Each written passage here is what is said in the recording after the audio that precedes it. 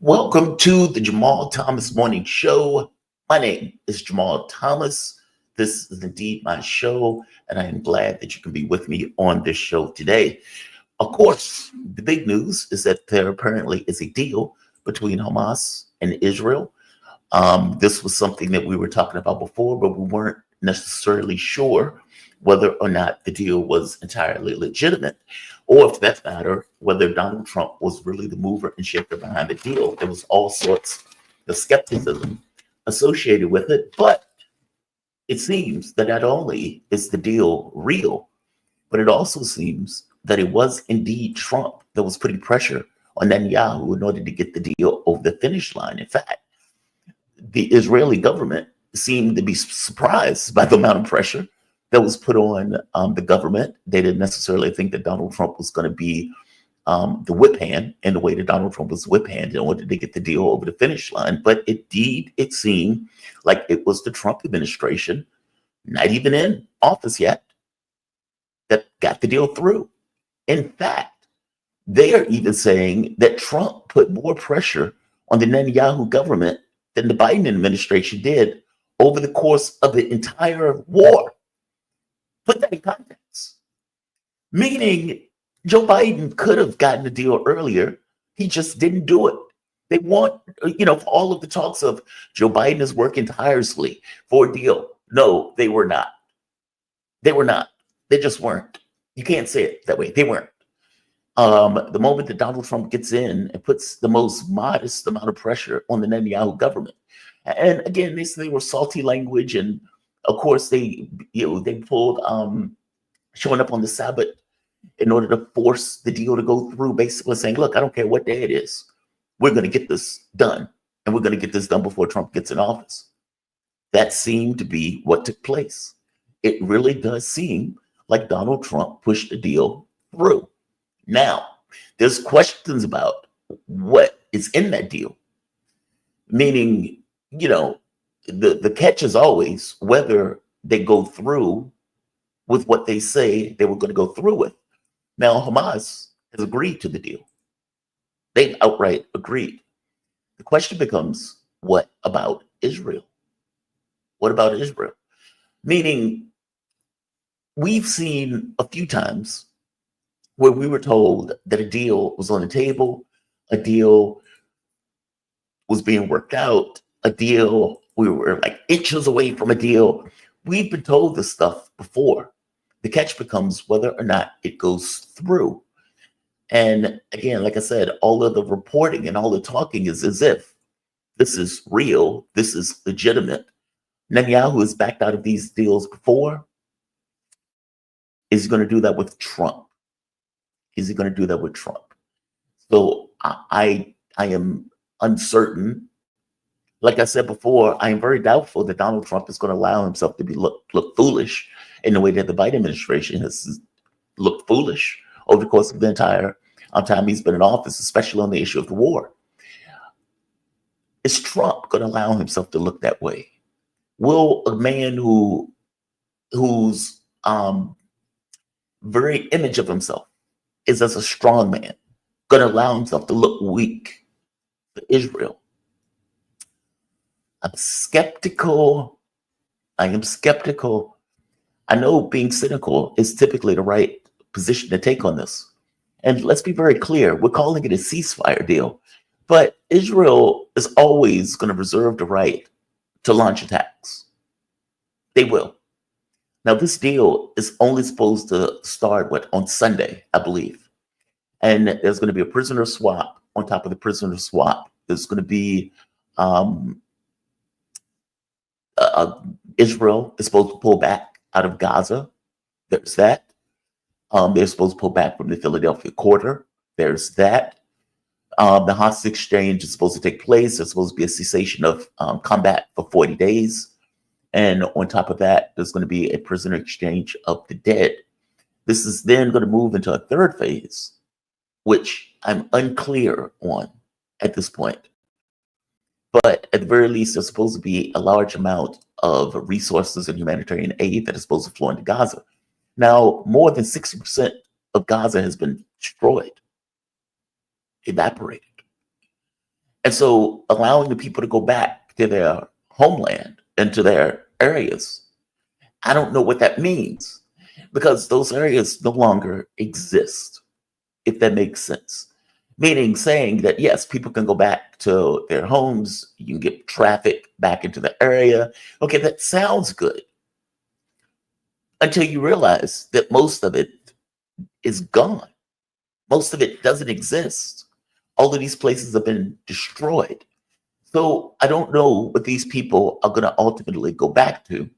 But it's something to be said, though, that for all of the talk from Kamala Harris about Joe Biden has been working tirelessly for a deal, or for all the complaints and the griping that Joe Biden has effectively been doing over the course of this year, the reality of it is Joe Biden wasn't applying pressure at all, not in any real sense of the word.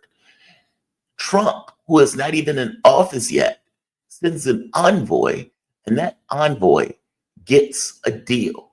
And everybody is ascribing that deal to Donald Trump.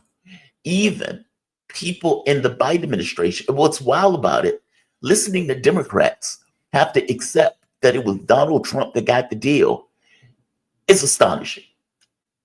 Keep in mind, what we were told up to this point was, well, Donald Trump is obsequious to Netanyahu. I've said as much. And because of that, then obviously when Donald Trump gets in office, there's not going to be a deal that they're going to let Netanyahu do whatever he wants to continue with this military campaign. Donald Trump is going to be a one-to-one with Netanyahu, etc. That's what we were told. That's what Democrats kept saying. If you remember, Democrats kept saying, well, why did you expect Trump to go for a deal as opposed to somebody like Joe Biden? I mean, Trump is going to be worse. Trump is going to be worse.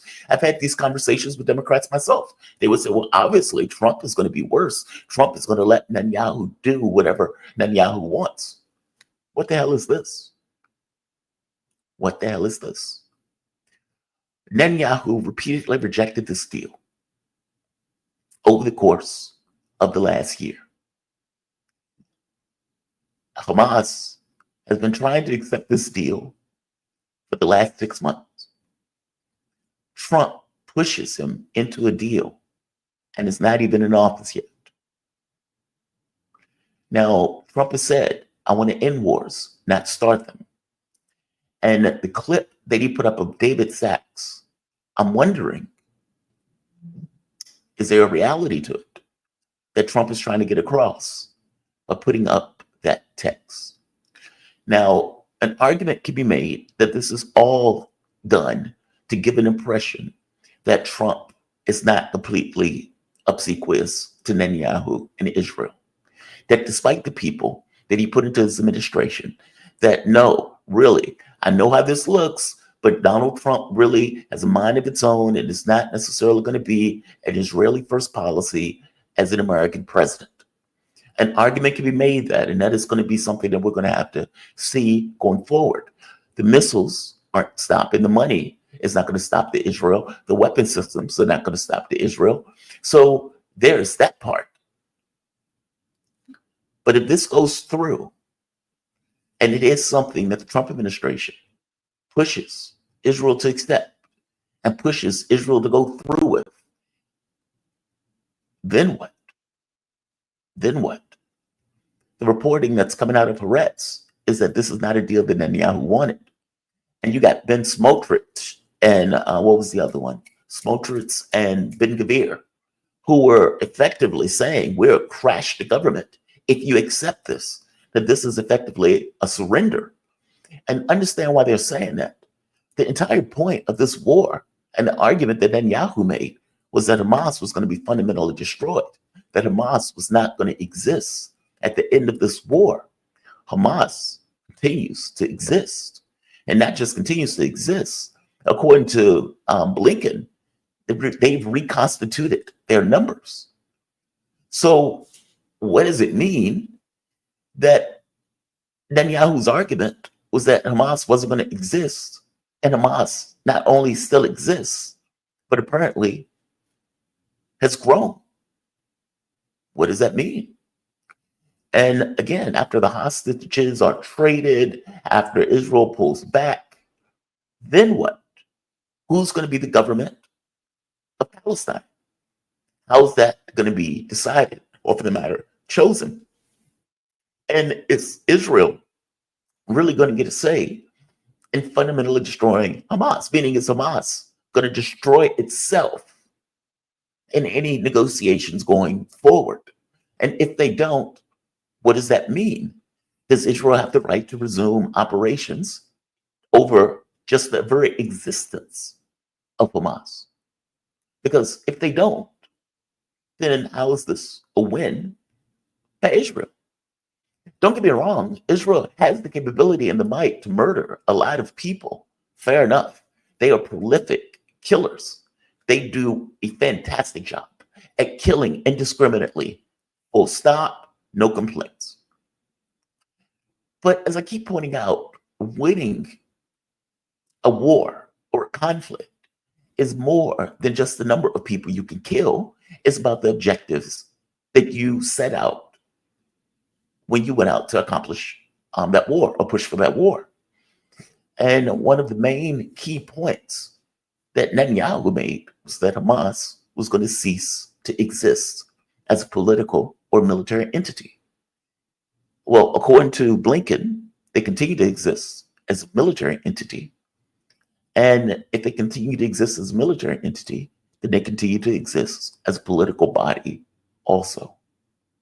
So somehow they're going to have to square that circle, meaning Israel. Either way you look at it, though, this seems to be a deal. The question is, does this deal go through? Hamas has accepted the deal. Israel, up to this point, has not, at the very least, has not ratified the deal. We will see what happens. Either way you look at it, at least coming out of Israel, you're getting all sorts of recrimination from the standpoint of the media space, blaming Donald Trump, saying it's Trump's fault. It's Trump's fault. We didn't believe that Trump was going to do this and push us into a deal, but it's Trump's fault. It's not something that the government wants. Just fascinating, that's all. For all of this talk by Democrats about Trump was going to be worse, not so much. Not so much. Trump told the Arab community, I'm going to end this war. I'm going to end this war. Whereas Kamala Harris or Joe Biden wouldn't attest to anything different. Meaning Kamala Harris effectively said, I am going to follow and continue the policy that Joe Biden has done, nor would I have done anything different on this Israel-Gaza policy. Whereas Trump said, I'm going to end the war. And it looks like Trump may have ended the war. Just wow. That's all. When you look at some of the things that were coming out, sociopath Matthew Miller is stuck giving Trump credit for this. And Matthew Miller lies as easily as he breathes, but let's be clear, he's still functioning under the Biden administration. Listen to what he says.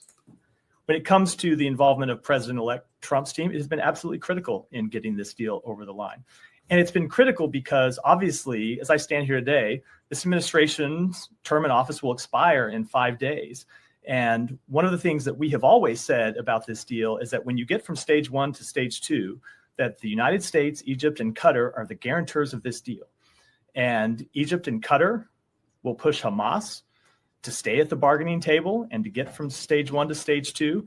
And the United States will push Israel to stay at the bargaining table to get from phase 1 and phase 2.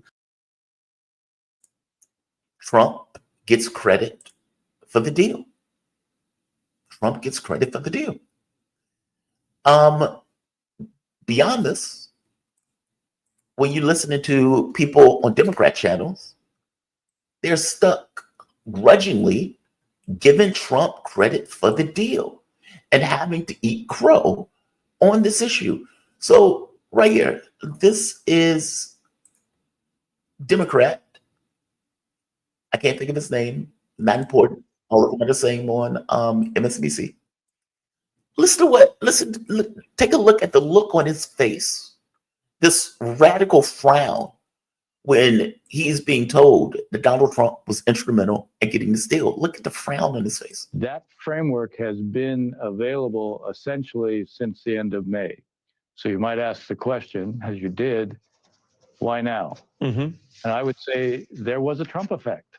The Trump effect was on Bibi. Look at that frown. Look at that frown. Look at that frown. Just a radical frown. Couldn't even hold it. Look at that. I've never seen somebody actually do a real life smiley. He looks like a real life smiley. You know, those when you look at the smiley face and it's like that huge thing, and you're like, well, nobody looks like that in real life. No. People can look like that in real life. MSNBC. That is the look of a man who's told Donald Trump was instrumental in getting a deal that your president couldn't get for the last year and a half. And then we come to find out with the reporting that Joe Biden didn't even try. That he didn't even try. Ari Melbourne, thank you. Ari Melbourne. Look at that frown. That is astonishing. I didn't even know people's faces can do that. I didn't even know people's faces could do that. That's astonishing. That's astonishing. Look, they always say it takes Nixon to go to China. And maybe it took Trump to go to Israel. And maybe Donald Trump was serious about this notion of, I'm going to end wars, not start them. Maybe he's serious about it.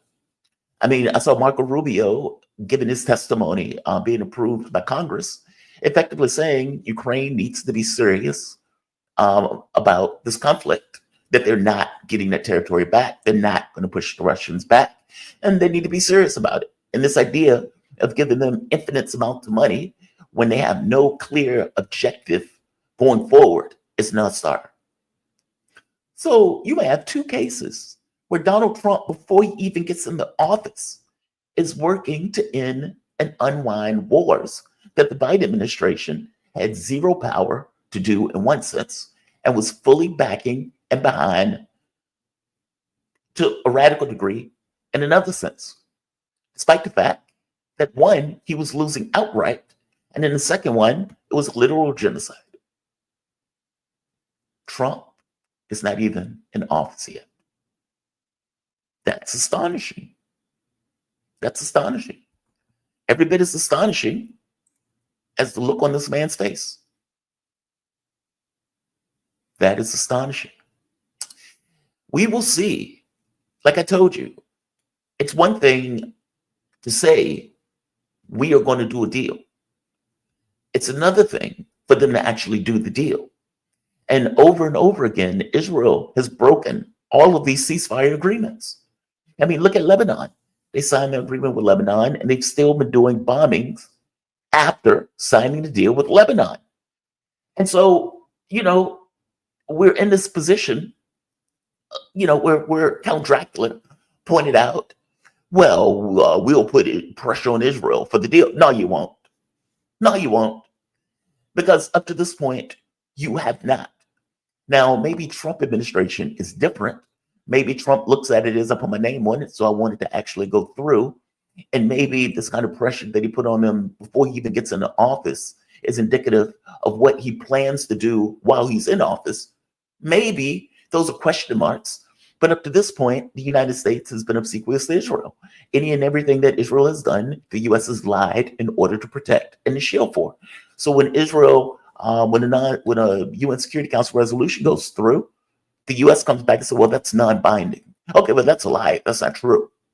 When all of these organizations said that Israel is literally starving Palestinians to death, and even the U.S.'s own governmental systems come out saying Israel is starving Palestine to death.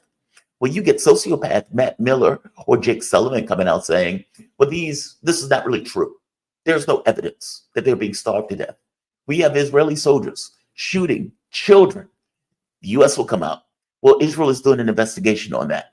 And after a while, it's like, okay, well, you've come out here and said this like 100 times that they're doing an investigation on it. At which point do you show some backbone and spine and point out that, yes, they're murdering kids. Yes, they're starving people. Yes, they're killing people indiscriminately. The notion that you are trying to get one guy that may be in a camp, and so you bomb 100 people at night, killing like 60, is outrageous. It's outlandish. And yet, that is behavior that the United States was backing and defending all the way through. So to say that Israel has the deal and that the United States is going to push Israel to keep and maintain the deal is nonsense. It's nonsense. I don't believe it under Joe Biden. I don't believe it under Trump. But we'll see. Maybe Trump is different. We'll see. The cancers that he has in his party, and I don't mean astrologically, I mean the human cancer that Donald Trump has put into his administration, are completely in the pocket of Israel. And it makes you think that the $50 million that Donald Trump got from Sheldon Adelson's wife, Miriam Adelson, had something to do with who he chose for that office. And as I point out, people tend to be policy. And so you could imagine that Israel might be surprised that Donald Trump is pushing them into this, just like a lot of people are probably surprised that Donald Trump seems to be pushing them into this. But again, I want to point out, though, pushing them into something is different than them sticking with it, or for that matter, with Israel going through with it. And there's been some reporting. There was an interview with Mike Waltz, where Waltz effectively made it sound like the second part of this deal may not go through because Israel may not attend to the second part of the deal. So, again, as I point out, so right here, there's a question of whether Hamas is going to end itself, which I'm very skeptical of. So this is Waltz, Trump's, I forget exactly what he is in Trump's administration. I don't want to say envoy, but listen to what he has to say. And we enter what's characterized as the first phase. Does that effectively mean the war is over? Does a ceasefire mean that its work is done in Gaza for the foreseeable future? Well, I certainly think Hamas would like to believe that, but we've been clear that Gaza has to be fully demilitarized. Hamas has to be destroyed to the point that it cannot reconstitute, and that Israel has every right to fully protect itself. So, all of those pieces, all of those objectives are still very much in place. Look, I mean, October 7th was a terrible day. They put everybody in a terrible position, including the Palestinian people of Gaza, whom they regularly hide behind. Now, there are two ways to look at that. You could say that this is Trump beefing up his bona fides. So you could say that, well, Mike Waltz is saying this because Mike Waltz needs to make sure that everybody knows that Trump is still backing Israel 1,000%. And in backing Israel 1,000%, that means that Hamas can't attack Israel. And we need to make that clear to any and everybody in the Trump world. It could be that, basically the art of the deal, you're now selling the steel to your own population. You're selling the steel to your base. You're selling the steel to the Israelis, while simultaneously knowing full well that within the context of negotiations, there are going to be various things that are resolved and worked out. And this issue of how Gaza is going to be run and who is going to run Gaza is going to be one of those things that get worked out in one of the later chapters of it. Meaning, it could be what I just said, that this is them selling the deal. Or it could be that, in which case, this deal falls apart because Hamas is not going to dismantle itself. I don't know. I don't know. It is fascinating, though. It is fascinating. We will see. All of this will work out one way or the other. And we'll get to see how this actually turns out, whether or not this deal has some level of staying power, what if this deal fails miserably within one of the second components of the deal, whether Israel fundamentally blows it off and the US backs them as they blow the deal off, whether or not the deal is not ratified by the Knesset, meaning it can fall apart in many sections because there are many working parts. By the same token, though, it seems real, and the way people are talking about it seems real. The complaints that are coming out of the Netanyahu administration seem real. And, whatever Mike Waltz is saying here, again, this is something that's going to be worked out later on, I would imagine, in negotiations when they get to the third phase or beyond. So I'm going to be hopeful, despite the fact that I feel somewhat cynical about it. It's a new administration. And so the administration does get some leeway that the previous administration does not get, because all the reporting has made it very clear that the previous administration wasn't putting pressure on the Netanyahu government at all, that all of the rhetoric was purely political. It was purely to get from point A to point B, no more, no less. There wasn't any real legitimacy to it. I would say something else, though. There was a clip that I had been looking for that I finally found yesterday. And it has to do with Trump before this election cycle. And Donald Trump was asked about Netanyahu, and he was asked about, one second, Abbas. And you got what seems to be an honest take from Donald Trump before this election cycle. And it may even be before the previous election cycle. If I can find that clip. Okay, I'm going to have to find that clip. But it's a fascinating take because it seems to be a more honest take than what we've gotten since all of the money has been dumped into Donald Trump's administration. By the way, this is Channel 4 complaining about Trump pushing Netanyahu into a deal. Israeli media complaining bitterly that this was not what we thought Trump would do, and that Trump into a deal. It's like, this is not what we thought. This was not what we wanted. And this was something that they were pushed into.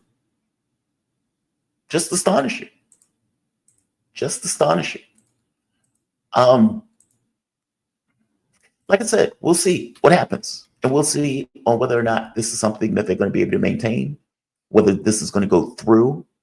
And for that matter, even if it goes through, whether or not Donald Trump is going to hold Israel's feet to the fire in maintaining it. Which, again, considering what has been taking place over the last year, is a massive, massive question mark. That said, I will give the benefit of the doubt. It's a new administration. I've said before, he's not my president. I didn't vote for him, but I hope he does well. Right here.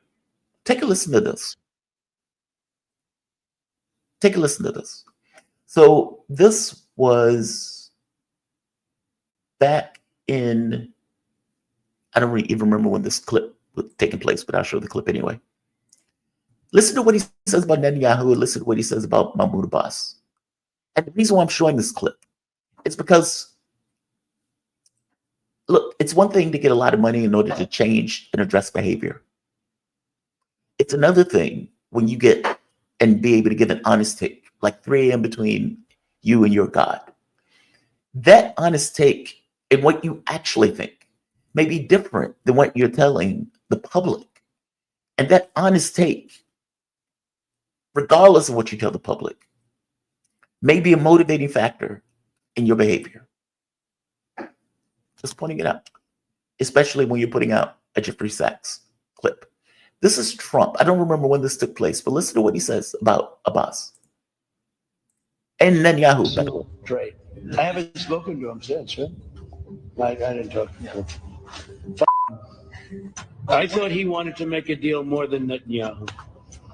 And I will be honest, I had a great meeting with him, Abbas, right? I had a great meeting with him. And we spent a lot of time together, talked about many things. And it was almost like a father. I mean, he was so nice. Couldn't have been nicer. And after meeting with Bibi for 3 minutes, I looked at him and said, "You don't want to make a deal, do you?" And he said, "Well, and the fact is, I don't think Bibi ever wanted to make a deal. Why? I thought the Palestinians were impossible, that the Israelis would do anything to make peace and a deal. I found that not to be true." Think about that. It's like, that is what he was saying before. And of course, you get into politics. Somebody dumps $100 million in your pocket and say, "Hey, I'm giving you this money. I want you to annex the West Bank." Okay, thank you for the money. And by the way, we have all of these cretins that we need you to put in your administration that are going to be pro-Israel, even to the point of being beyond pro-American. Okay. But behind the scenes in your mind, you're saying Netanyahu doesn't really want a deal. Palestinians do. And you know that. You know that. Regardless of what you say. You know it. What are you thinking? And for that matter, if you come into an administration spending your entire time saying we need to stop these wars haven't done anything for us. And regardless of the money that you were getting, and regardless of the position that you were taking prior, is it possible that was true? That you don't want to start wars, that you do want to stop wars because you don't believe they're in America's best interests.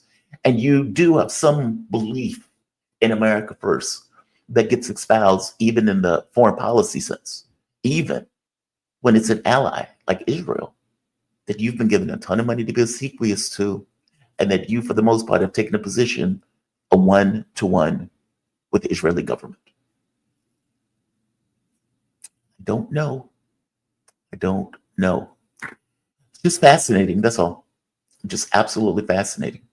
Either way, though, it looks like, at the very least, a deal is on the table. Whether they go through with it or not, it's a looming question.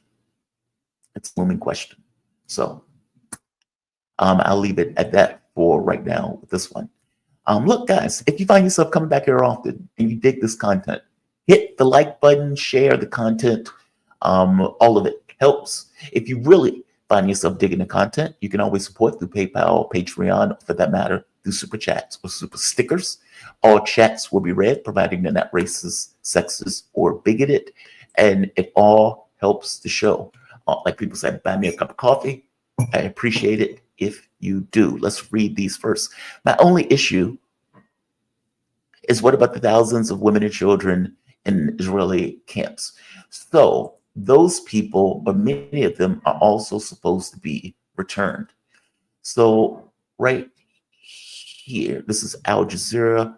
Let's go to that directly while we're talking about this issue. All right. So on day one, Qatari Prime Minister Sheikh Mohammed bin Abdurrahman bin Jassim Al Thani announced on Wednesday that the deal would take effect on Sunday, when they would find Israeli captives are expected to be released and the guns are expected to fall silent. Civilians are still absolutely afraid regarding the expansion and scale of the attacks in Gaza in the next 72 hours. Yeah, they should be. Israel has been still and continuing their attacks. On day 7, internally displaced Palestinians will be allowed to return to their northern Gaza, which has been under a deadly military siege since October 7th, without carrying arms and without inspection via Al-Rashid Street. Cars and non-pedestrian traffic will be allowed to return to northern Nezrim corridor, which divides Gaza between the north and the south, after vehicle inspection, which will be performed by a private company and be decided by mediators in coordination with the Israeli side. Let's keep going. On day 16, no later than day 16, after the start of the ceasefire, the parties agreed to start negotiating the second phase. On day 22, civilians will be allowed to return to both Al-Rashid Street and Salah al-Din Street without inspection. On day 42, this marks the end of phase 1. By this date, 33 Israeli captives should be released in exchange for 100 Palestinian prisoners. It has also started phase 2. If things move according to plan, this includes the release of the remainder of captives, which are believed to be 65. In exchange, Israel is committed to withdrawing from Gaza and return to the permanent ceasefire. Up to 94 Israeli captives, dead or alive, will be freed in exchange for more than 1,000 Palestinians. It's believed nearly 30 captives out of 94 are dead. Israeli forces will also begin to withdraw from the Philadelphia Quarter, which separates Gaza from Egypt. Israel also has insisted that no written guarantees be given to rule out resumption of military force. Hamas has reportedly given verbal guarantees by Egypt, Qatar, and the U.S. that negotiations will continue. On day 50, by this date, Israel should have completed the full withdrawal from its forces from the Philadelphia Quarter. On day 84, this is when the third phase shall begin. Details are still unclear. Should the conditions of the second stage be met, this is where the bodies of the captives should be handed over in return for a 3 to 5 year reconstruction plan to be carried out under international supervision. There's currently no agreement over who will administer Gaza beyond the ceasefire. The U.S. is pressed for a reformed version of the Palestinian Authority to do so. The Palestinian Authority is hated. So, again, at any point, those things could fall apart. Let's hope they don't. Rubio was an Adelson pick. Hegeseth is a Lindsey Graham pick.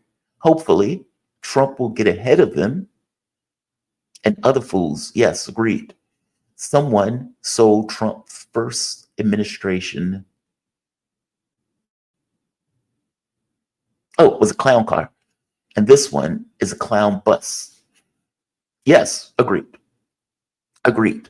Hopefully, Donald Trump is able to assert some level of authority himself, if indeed he goes with this notion of, I want to end wars, not start them. There's also this question of what did Trump give in order to get this? Yes, as an American president, you are effectively paying for Israel's war. And so if you say, I'm going to stop the weapons, I'm going to stop the political support, I'm going to stop this or that, then obviously you can compel Israel's behavior because they can't do any of this stuff without you. The question was always whether or not a president would be willing to do that. Previous Republican presidents were. Joe Biden is weak, frail, and cognitively diminished as he was not. Trump seemed to be willing to, or at the very least, exerted some level of influence. Jabari, VOC Media, thank you for the clarity. Well, thank you, Jabari. I mean, thing is, I don't think there's clarity at all. I mean, like I said, this can fall apart in so many different ways. And up to this point, even though Hamas has agreed to the deal, Israel has not ratified the deal. At the very least, Netanyahu hasn't necessarily signed it, despite all of the crying coming out of Israel that Trump is forcing them to do this. And again, like the moment that you said Trump forced you to do it, then what does it mean for Joe Biden? What does it mean for the Biden administration for all of this talk of working tirelessly? Daniel Drzinovich. Thank you, Daniel. Thank you, Daniel. I appreciate it. By the way, Daniel, I hope it's okay to say it. We'll be getting chess lessons for me. We got the first lesson last Monday. We're going to have another one coming up this Monday. If you indeed also want to join in on those lessons, hit me up. My email address is below. We can work something out. If indeed you don't necessarily want lessons, but you want to play against me in Blitz, we can also work that out. Those are going to be $3 per game. On Blitz nights, just hit me up if you want to do so. Let's keep going. Like I say all the time, they cheated the 2020 because Trump wouldn't allow this type of stuff.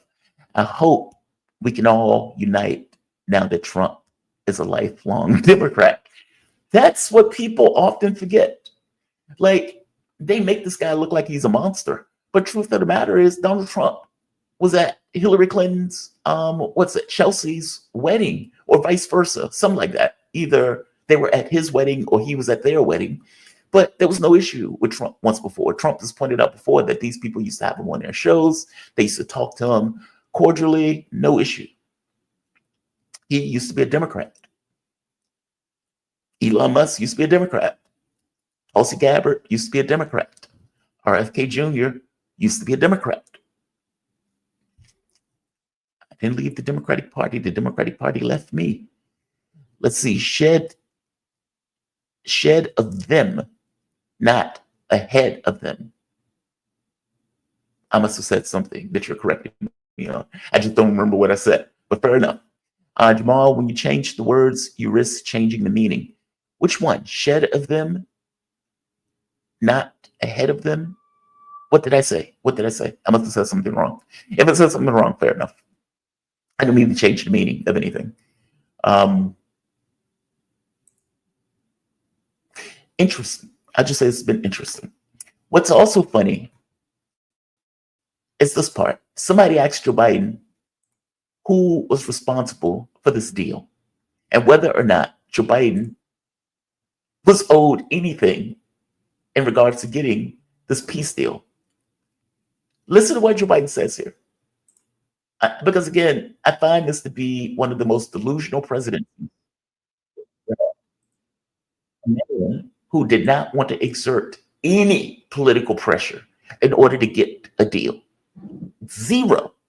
I mean, if you're looking at some of the information that was coming out behind the scenes, Joe Biden was not exerting political pressure at all. When they asked him, hey, Joe Biden, who's responsible for getting this deal? Listen to what he says, just out of his mind. Will hold. I'm confident. Thank you. Folks, credit for this, Mr. President, you or Trump?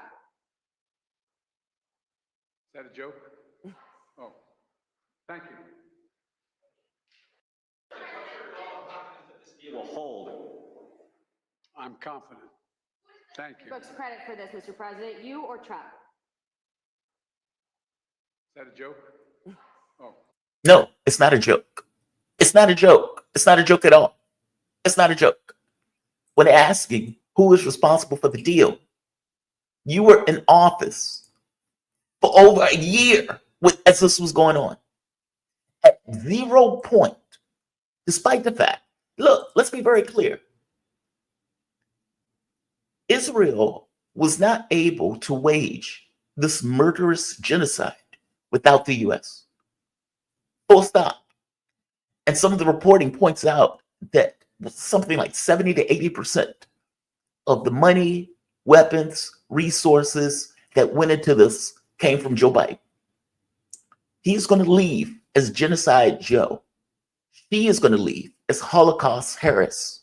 These people are utterly deranged, out of their mind, and totally delusional if they believe that this legacy is going to be something other than that.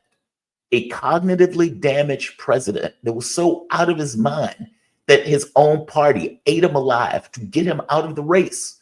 And not just ate him alive to get him out of the race, was in full support and backing of a genocide with a vice president that was backing it right along with him. None of them having any sort of political courage to do anything about the genocide taking place, and not just not do anything about it, cover for it diplomatically, and for that matter, assisted them militarily in the execution of all of these civilians. That's your legacy. That is what that legacy will be. And each and every sociopath in this administration, I hope they bust hell wide open. I hope they bust hell wide open. Joe Biden is not long for this world. And however Joe Biden sees himself, I hope there is such a thing as the immutability of the soul. And that soul gets deposited to hell the moment that Joe Biden's head hits the floor and his heart stops. That's what I hope. That's what I want. Considering the amount of death and destruction that he not only caused, but this is not even talking about the Ukraine conflict. This is talking about just Israel and Gaza and what seems to be 100,000 people that have been slaughtered in that war. I can't even call it a war because this was just attacking civilians. And just to be very clear, there were political consequences for it. So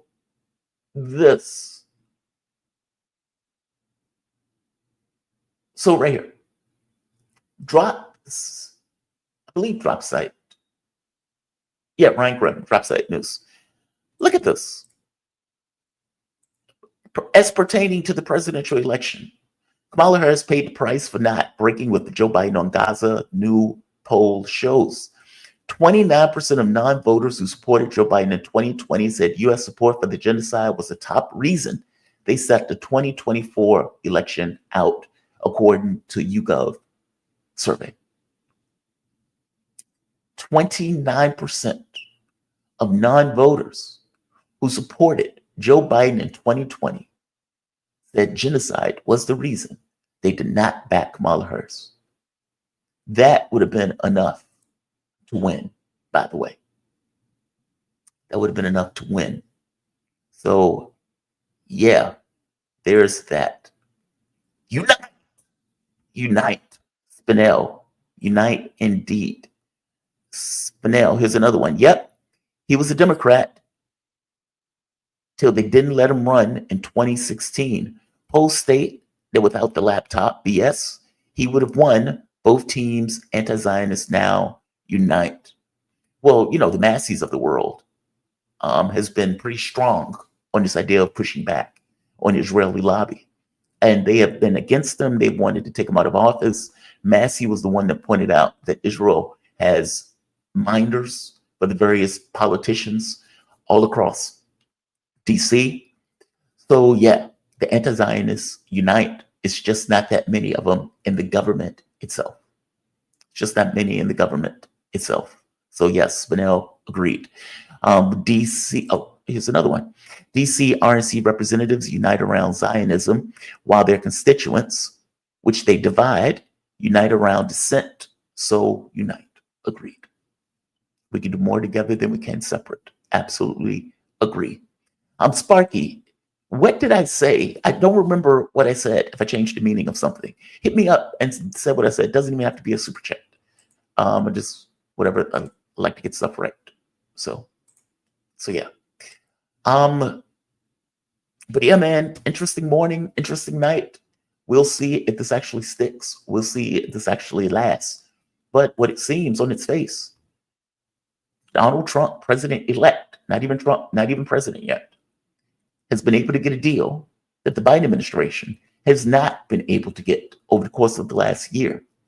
It seems that Donald Trump put pressure on Netanyahu to get this deal in a way that the Biden administration, again, wasn't willing to do. There's questions about whether it would stick. All of that's true, but we'll see. We'll see. And that's the best we could say. We will see. Joe Biden has given his farewell address. He's given his farewell address. I'm going to play this address because it's a president that's leaving, and we have a few minutes to do so. This address is 17 minutes. I'm going to play it out. I would do this for any president. So let's play it. I get the sense that a lot of people are going to leave with me playing this, but I'm going to play it because I'm going to give the president his due. I didn't vote for him. I despise him, but I'm at the very least going to let him give his final speech, especially considering Joe Biden is probably not long for this world.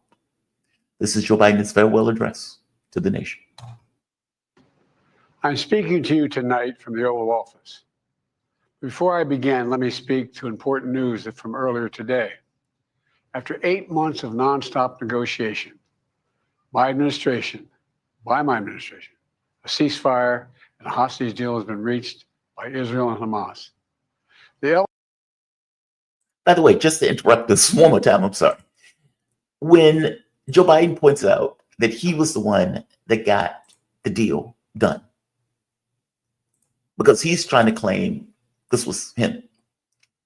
When Netanyahu put out his statement on this and put out his tweet on this, Netanyahu gave credit to Donald Trump. Netanyahu gave credit to Donald Trump. So right here, take a look at this.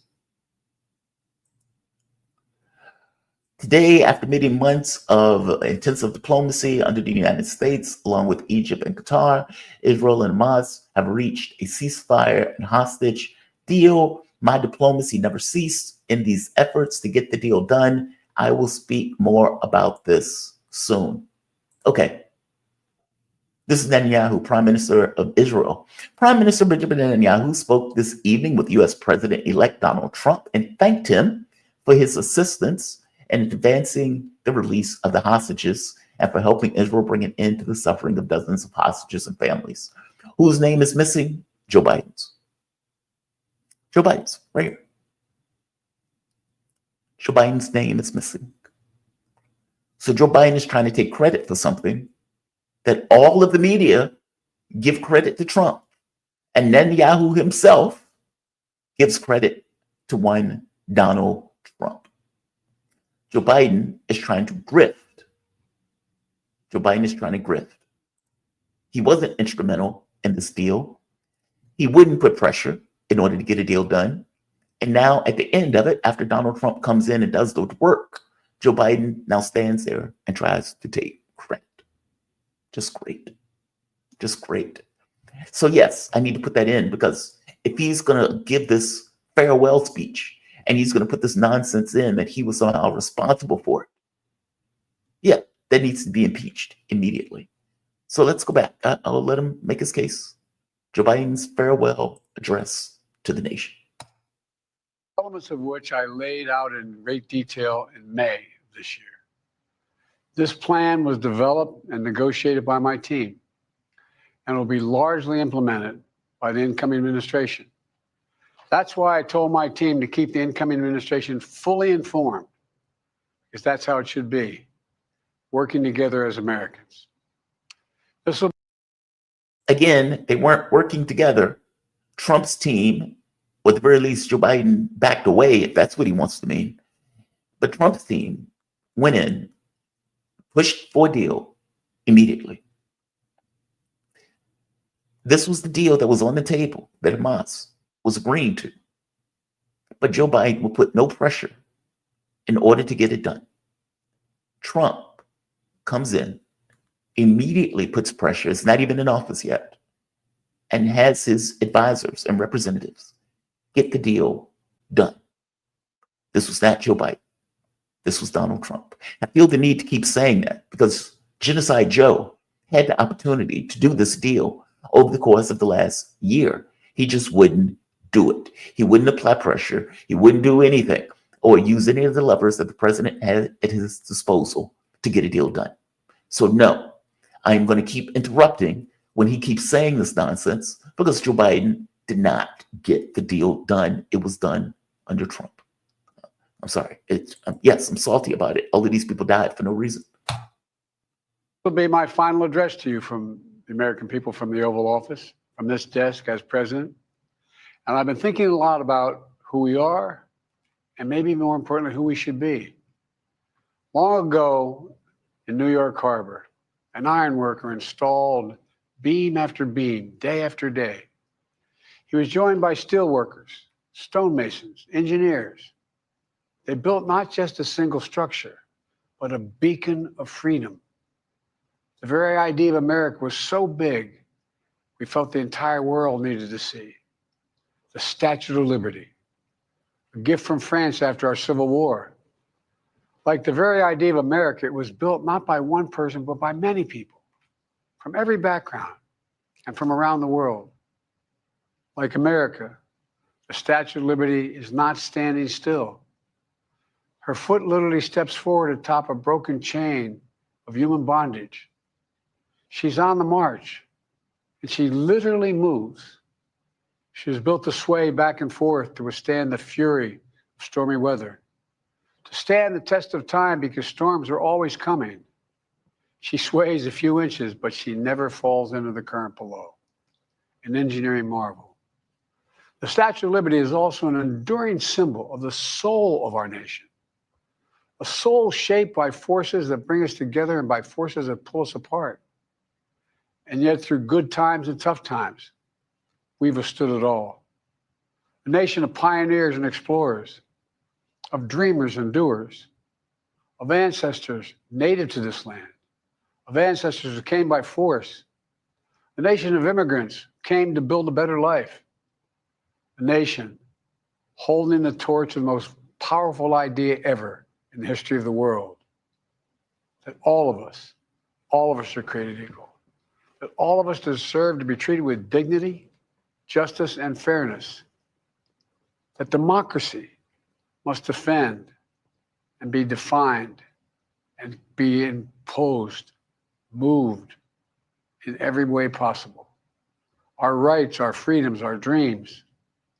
But we know the idea of America, our institution, our people, our values that uphold it are constantly being tested. Ongoing debates about power and the exercise of power.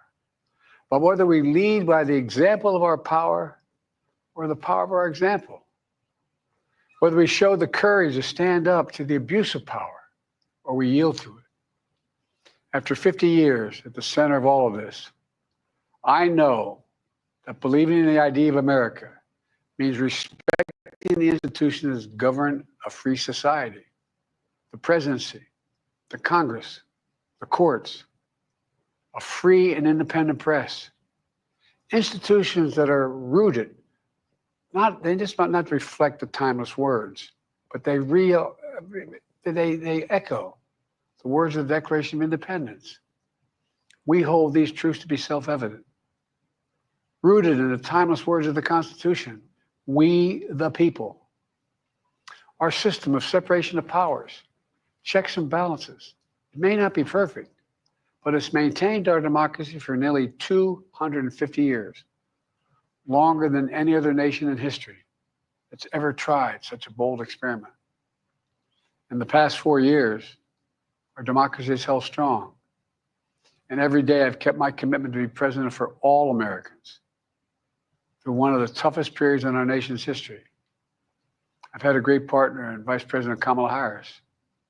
It's been the honor of my life to see the resilience of essential workers getting us through a once-in-a-century pandemic, the heroism of service members and first responders keeping us safe, the determination of advocates standing up for our rights and our freedoms instead of losing their jobs to an economic crisis that we inherited. Millions of Americans now have the dignity of work. Millions of entrepreneurs and companies creating new businesses and industries, hiring American workers, using American products. Together, we've launched a new era of American possibilities. One of the greatest modernizations of infrastructure in our entire history, from new roads, bridges, clean water, affordable high-speed internet for every American. We invented the semiconductor, smaller than the tip of my little finger, and now is bringing those chip factories and those jobs back to America where they belong, creating thousands of jobs. Finally, giving Medicare the power to negotiate lower prescription drug prices for millions of seniors. And finally, doing something to protect our children and our families by passing the most significant gun safety law in 30 years and bringing violent crime to a 50-year low, meeting our sacred obligation to over 1 million veterans so far who are exposed to toxic materials, and to their families, providing medical care and education benefits and more for their families. You know, it will take time to feel the full impact of all we've done together. But the seeds are planted, and they'll grow and they'll bloom for decades to come. At home, we've created nearly 17 million new jobs, more than any other single administration, a single term. More people have health care than ever before. And overseas, we've strengthened NATO. Ukraine is still free. And we pulled ahead of our competition with China. And so much more.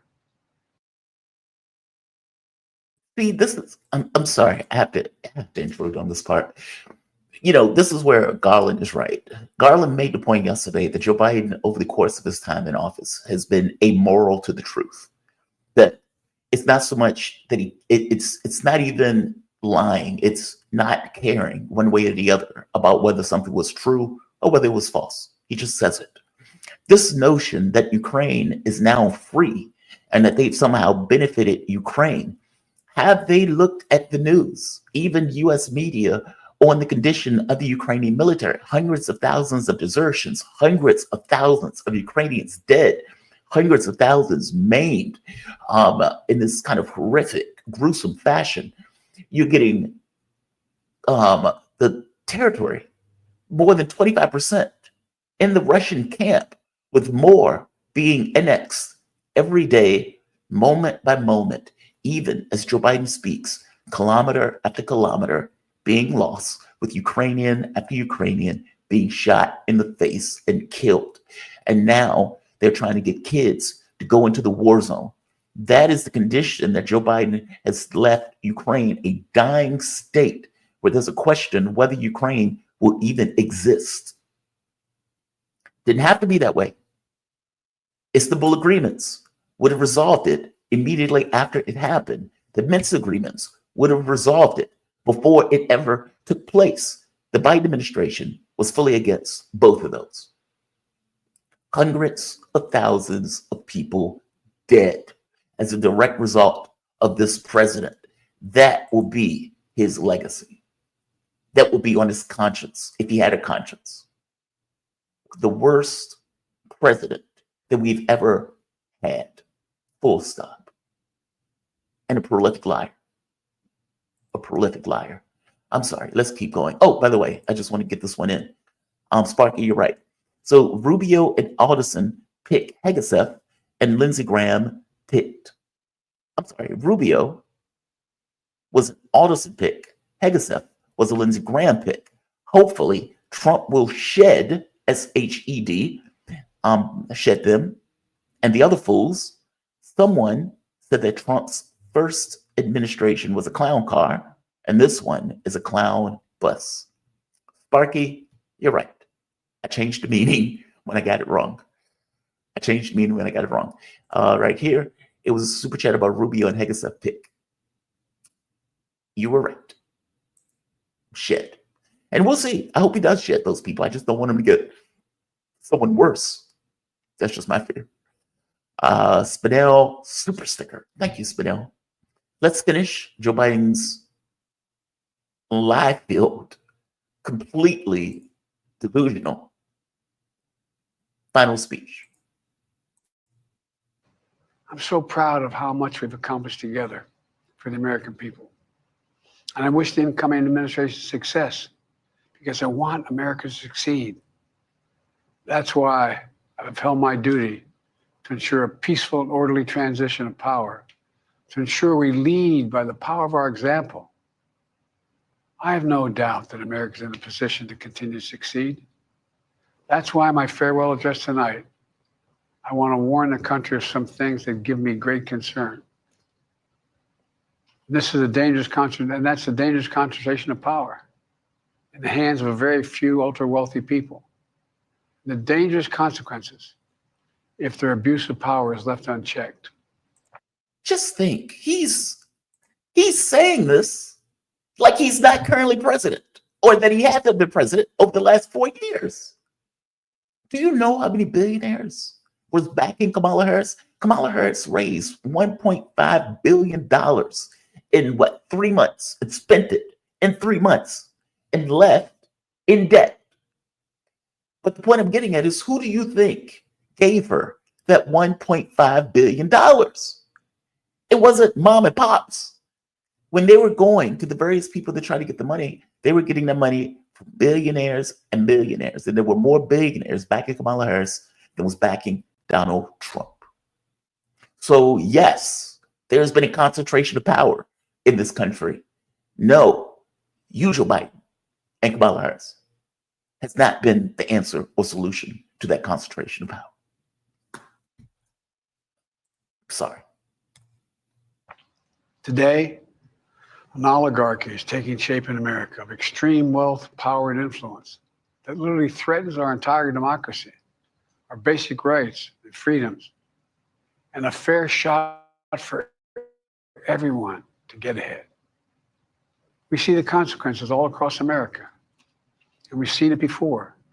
More than a century ago, but the American people stood up to the robber barons back then and busted the trusts. They didn't punish the wealthy, just made the wealthy play by the rules everybody else had to. Workers want rights to earn their fair share. You know, they were dealt into the deal and helped put us on a path to building the largest middle. I hate to interrupt with this again. I'm sorry. If you remember Joe Biden, when he first got in office, it was during COVID. And Joe Biden at that time said, these people who have to work are heroes. The people who are working at our convenience stores, who are working at our shopping malls, who are working at our warehouses, these people are heroes. And they're heroes because they weren't working a white collar job where they could stay at home and do that job. Those people had to go in and those people had to work and they had to put their bodies on the line to risk potential death from COVID in order to ensure the goods were getting from point A to point B and that there were people at those stores who could hand those goods over to people and customers when they went to get those goods. Heroes. And what did Joe Biden say? We are going to ensure that these heroes get $15 an hour. That's what we're going to do because they are indeed heroes. And when Joe Biden gets in office, what does he do? He drops the $15 an hour to the wayside, buries it, and never says anything else about it. He keeps it moving. And he goes to other Republicans and say, hey, I don't think I can get this passed. And they say, yeah, that's right. We don't think you can get it passed. And that was the end of it. They just kept it moving. Even if you want to talk about the child credit that was happening, the what is $300 to moms, that went on for about a year. And then it went belly up because the Democratic Party wasn't willing to fight for it. So on two big issues that would have directly impacted people's wallets, and this, not even talking about inflation, I'm talking about just direct cash money infusion into people's pockets in ways that were real and identifiable. The Biden administration, the one who's talking about a concentration of wealth right here, dropped the ball. If ever they were going to pick the ball up at all. And that doesn't even get to the PRO Act and this inability to back unions, or for that matter, putting a knife in one of the other unions over the course of negotiations that were taking place. Yes, there's a concentration of wealth in this country. And yes, it is an oligarchy. Call it what it is. But don't give me this nonsense that just because Donald Trump is coming in, is going to give all of this money to the wealthy, or that because Elon Musk is a visible artifact, a visible parasite on Trump's ass, that now you're going to make this argument about oligarchy. Just outrageous. Class, the most prosperous century any nation in the world has ever seen. We've got to do that again. The last 4 years, that's exactly what we've done. People should be able to make as much as they can, but play by the same rules, pay their fair share of taxes. So much is at stake. Right now, the existential threat of climate change has never been clearer. Just look across the country, from California to North Carolina. That's why I signed the most significant climate and clean energy law ever in the history of the world. And the rest of the world is trying to model it now. It's working, creating jobs and industries of the future. Now, we've proven we don't have to choose between protecting the environment and growing the economy. We're doing both. The powerful forces want to wield their unchecked influence to eliminate the steps we've taken, to tackle the climate crisis, to serve their own interest for power and profit.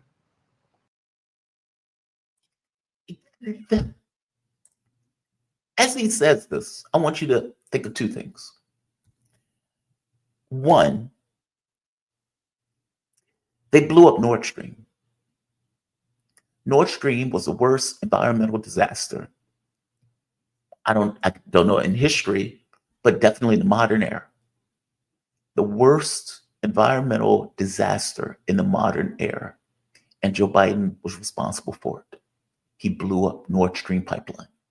So there's that. Two, Europe does not have the energy resources of the United States. And so for Europe to do two things at once, one, eliminate Russian oil, and two, come up with climate change policy simultaneously, they've been destroying their economies. So many of those companies have come to the US because the US has cheaper energy, or those companies have just folded. So in one sense, you've destroyed the European economies based on this kind of environmental policy and the war that you wanted to deal with in regards to Russia. And on the other sense, Nord Stream being destroyed released more methane in one of the worst environmental disasters that we have seen in the modern era. And Joe Biden was responsible for them. Also, we never really take into account the role that military has in environmental devastation with those truckers or tanks and munitions going from point A to point B, burning gasoline as they do it. Yes, this is aggravating to hear. I despise Joe Biden.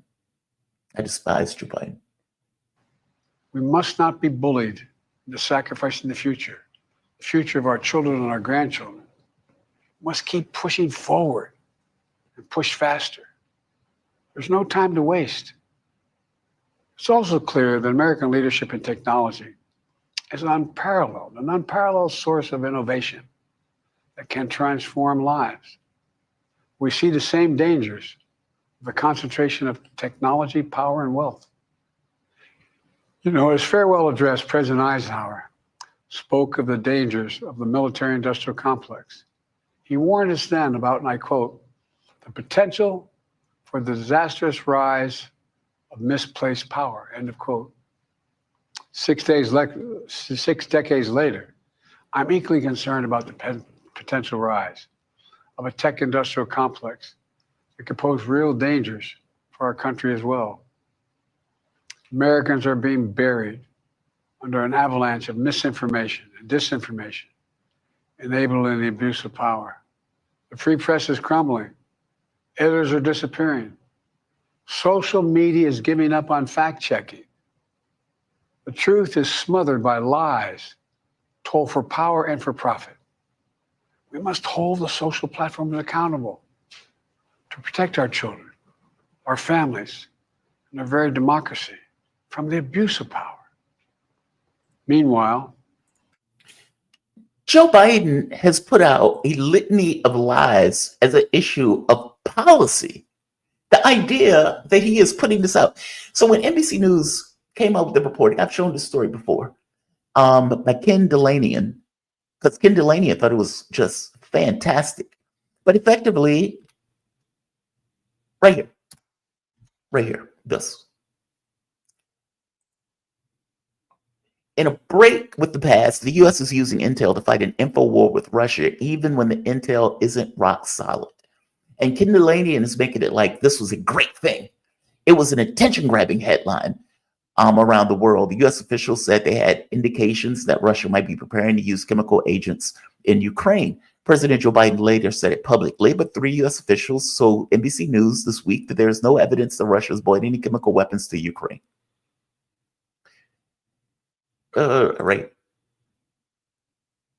And the rest of the article effectively goes into how Joe Biden has decided to lie to the American public, basically running a propaganda campaign with this idea of pushing back against Russian disinformation by putting out his own disinformation.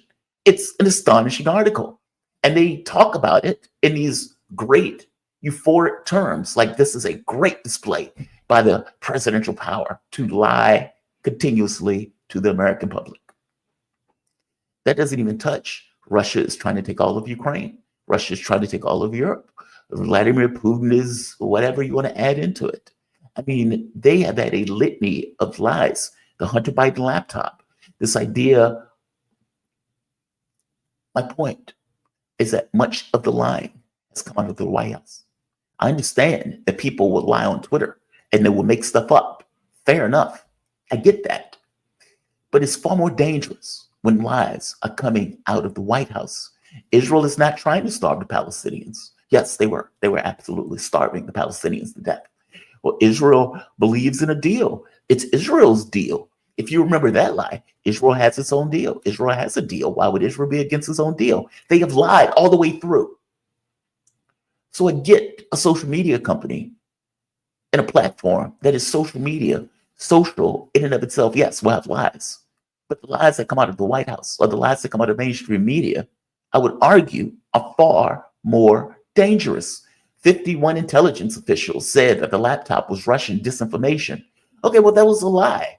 And that was a lie that Tony Blinken helped create, because Tony Blinken was the one who went to get those 51 intelligence officials to lie to the American public en masse. Don't give me the stuff about the social media companies are stopping their fact checking. Nobody was fact checking you. When they were using the Ministry of Truth, if you remember Nina Jankowicz, and she was supposed to be the Ministry of Truth, despite the fact that Jankowicz was putting out lie after lie, especially around the Hunter Biden laptop.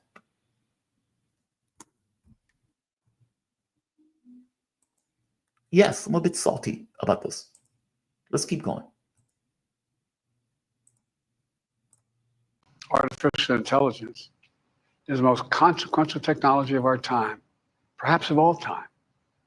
Nothing offers more profound possibilities and risks for our economy and our security, our society, for humanity. Artificial intelligence even has the potential to help us answer my call to end cancer as we know it. But unless safeguards are in place, AI could spawn new threats to our rights, our way of life, to our privacy, how we work, and how we protect our nation. We must make sure AI is safe and trustworthy and good for all humankind. In the age of AI, it's more important than ever that the people must govern. And as the land of liberty, America, not China, must lead the world in the development of AI. You know, in the years ahead,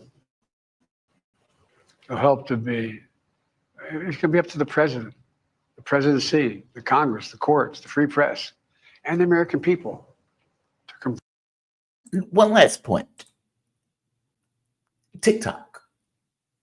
So if you think about it, not only has the White House been lying, but the removal of TikTok falls in line with this idea of not wanting the American public to get honest and truthful information. And what I mean about this is the reason that they got rid of TikTok is because they didn't like the point of view that America was getting about what was happening on the ground in Gaza as Israel was perpetrating its genocide. If you listen to Romney, Rubio, Blinken, many of these other people, the reason that they got rid of TikTok is because they did not like this flat fact that Israel was committing a genocide and that the American public could see that genocide take place on the ground day after day after day. So no, it's not that Joe Biden cares about people getting true information. He just wants information in line with what he wants them to get and the narrative that he wants them to have. This goes back to Hillary Clinton saying they want to put people in jail for repeating information that Hillary Clinton doesn't necessarily like. Joe Biden is the same way. Do we honestly believe that that Ministry of Truth that Joe Biden was setting up was going to contradict anything that was coming out of Joe Biden's mouth? And if not, meaning if they were not going to ever contradict Joe Biden's lies, the voluminous lies that were coming out of the White House, then how are you a Ministry of Truth? You're a Ministry of Narrative. And that narrative is going to change depending upon who's in that office. Joe Biden doesn't care about the truth. Joe Biden cares about his quote unquote truth, which is very different than what's reality. We're almost finished. Confront these powerful forces.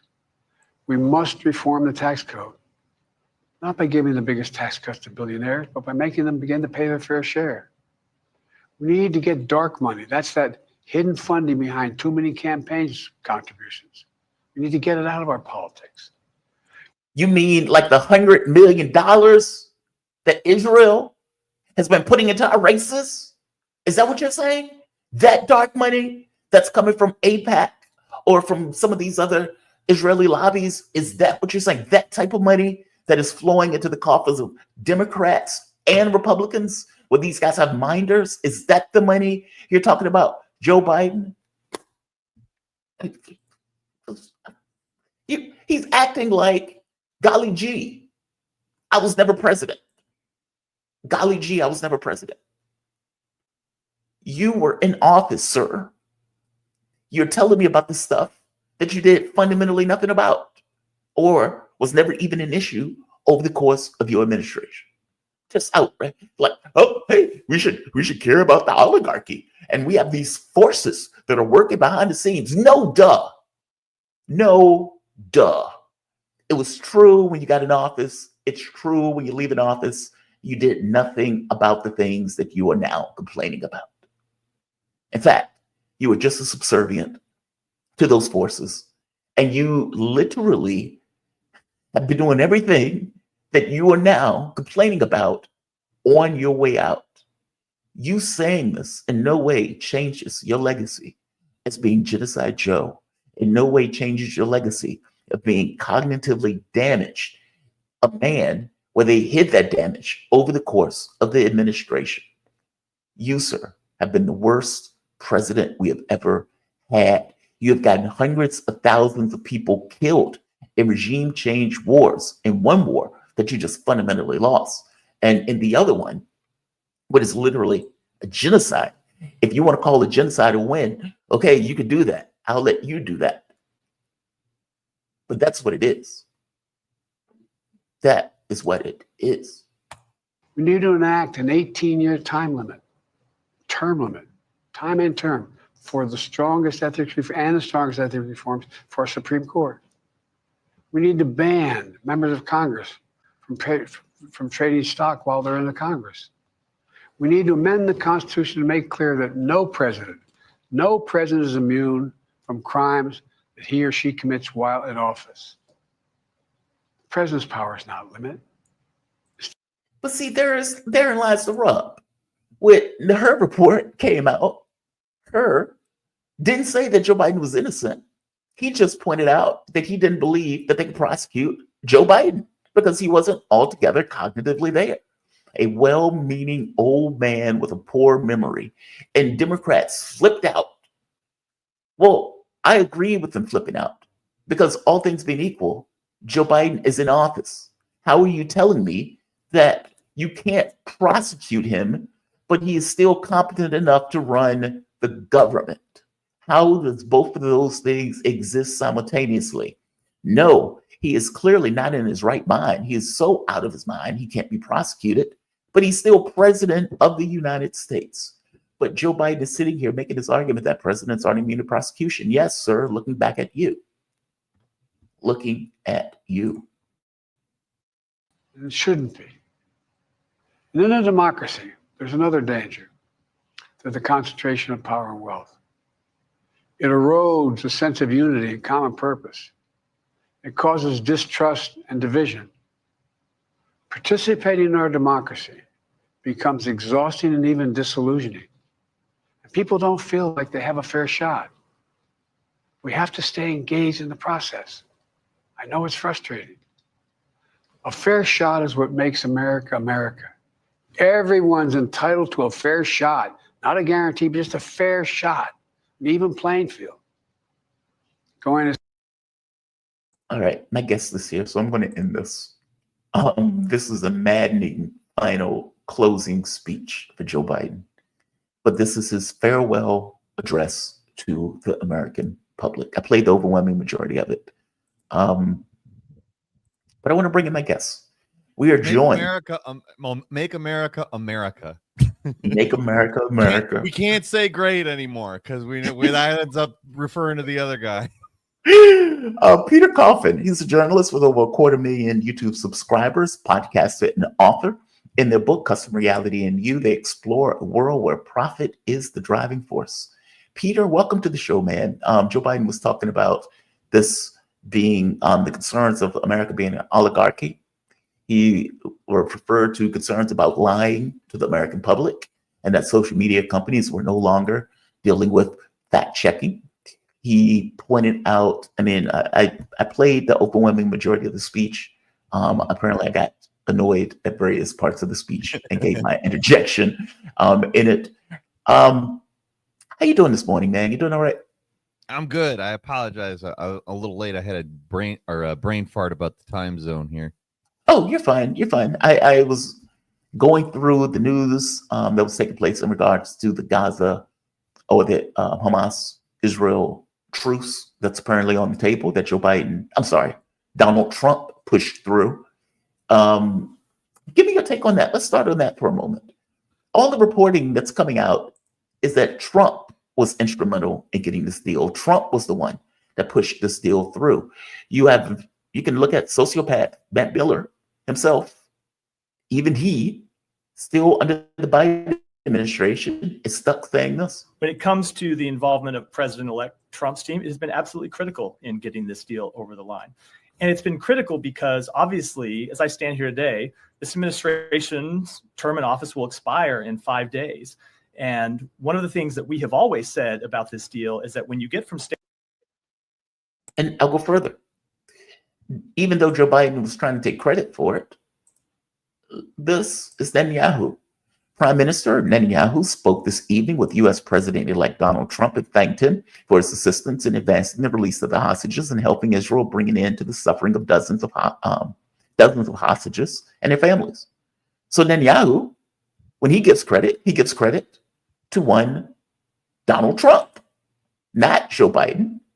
And I can go further with this. The articles and the reporting that was coming out, for example, this article right here, I believe this is the Independent. Trump credited for ceasefire breakthrough as U.S. official who resigned over Gaza war slams Biden's inaction. And look at this part in the header. Officials said the breakthrough came with Trump applied pressure to the Israeli government, something Biden was unwilling to do. So the publications and the media is pretty clear that this is the Biden administration. Here's another one.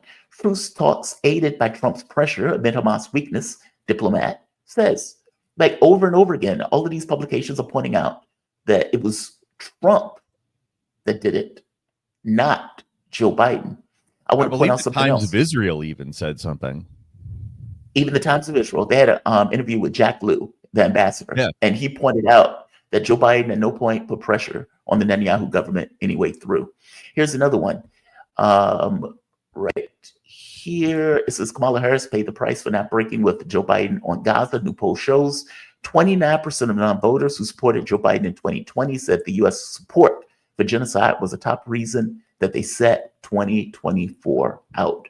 This is according to a YouGov poll. So all of the reporting is making it clear that it was Donald Trump that was applying pressure that got the deal over the finish line. Even the article that came out that I was pointing out the other day, where it said, I think it was Haaretz, Trump forced Netanyahu to accept the deal that was on the table that Netanyahu wouldn't accept for the past year. So now Joe Biden is trying to step into it like he had some say-so in this, despite the fact that all the reporting is pointing out that it was indeed Trump that got it over the finish line. Here's another one. We have to acknowledge also that the reporting is not, it doesn't trend towards supporting Trump. No, they're complaining. Like Channel 4 News was complaining. They was like, we didn't think that Trump was going to do this. We thought Trump was going to allow us to continue the killing. But Donald Trump got in and basically forced us to take the deal. it's amazing because on one hand you have Biden attempting to take credit for it, and you have a lot of like Kamala and Biden supporters on social media complaining, Trump is inflating his role in this. And then you have the media, which is essentially crediting him for it. Yep. And I've seen a narrative around it where this is somehow a bad thing. And it's amazing. I mean, obviously, for the war hawkish people in the establishment, it is a bad thing. They love the war. They love killing, because killing is good business. But yeah, it's astounding. I've witnessed this. It's insane because you think, as you said, if you're reporting that Kamala, and this is 100% true, we can all be very smug about this because we said this the whole friggin' time. Yes. Kamala needed to have a different position on Palestine than Biden. Yes. You said it. I said it. We've said it to each other. Look, if you remember, Donald Trump was going to the Arab community saying, I'm going to end the war. Yeah. That's Trump's point of view. I'm going to end the war. And you go to Kamala Harris, and Kamala Harris is like, I don't have a different policy than Joe Biden, and I would not have had a different policy than Joe Biden. So not only can I not articulate anything different that I would do on this issue, I would have basically followed in line with Joe Biden over this issue. Now, they said after the fact, well, she didn't want to break away from Joe Biden. Okay, well, that means she didn't want to win the race. Yeah. No, that's exactly it. The thing is I said this a couple of times. Do they really want to win, or do they want to be able to fundraise for 4 years off Donald Trump? Hey, Yep. Because it seems like they're happy with either. If they win, great. If they lose, great. They can fundraise off of how much they've trained their followers to hate Donald Trump. And this is Joe Biden. I think this was yesterday. Listen to this exchange, because they point out to Joe Biden, hey, Joe Biden, who do you think should get credit for this? Listen to what Joe Biden said. It will hold. I'm confident. Thank you. Books credit for this, Mr. President, you or Trump? Is that a joke? No, it's not a joke. No, it's not a joke. I mean, when you have literally everybody who has any information on the events crediting Trump, and it's not like I'm sitting here. I don't want to like be like, hey, look, Donald Trump's the guy. Like that's not. It's never been my agenda. That's not what we're at, right? Yeah, it's never been my agenda to be like Donald Trump's the guy. It's always been like Donald Trump is telling us he will do the bare minimum, and you're not. Why? Yep. That's been my point the whole time. And here he is. He comes in, and he's not even president yet, and he's done more than they have in 4 years. Because it's not like this started on October 7th. This isn't something new. It's from the 1940s. Yep. They had we've had so many administrations that haven't bothered trying. He comes in and he's not even president. And he's like, I'm just going to see what I can do. And boom, something. Yeah, he sends his envoy. It's frustrating, in all honesty. And I understand why some people might have the impulse to be negative about Donald Trump doing this. But the fact is, materially speaking, we need peace talks. Yes. Not just there, but on the Korean Peninsula. We need peace talks everywhere. And he's the only one out of those two who is even vaguely interested in peace talks. And it's not necessarily for the right reasons, but I don't care. I don't care what the reasons are. This guy, he's a bit of a narcissist. He likes the idea of being remembered as like this genius who fixed America. And it's not necessarily like that's a great reason, but I kind of don't care when we have a ceasefire in the Middle East now.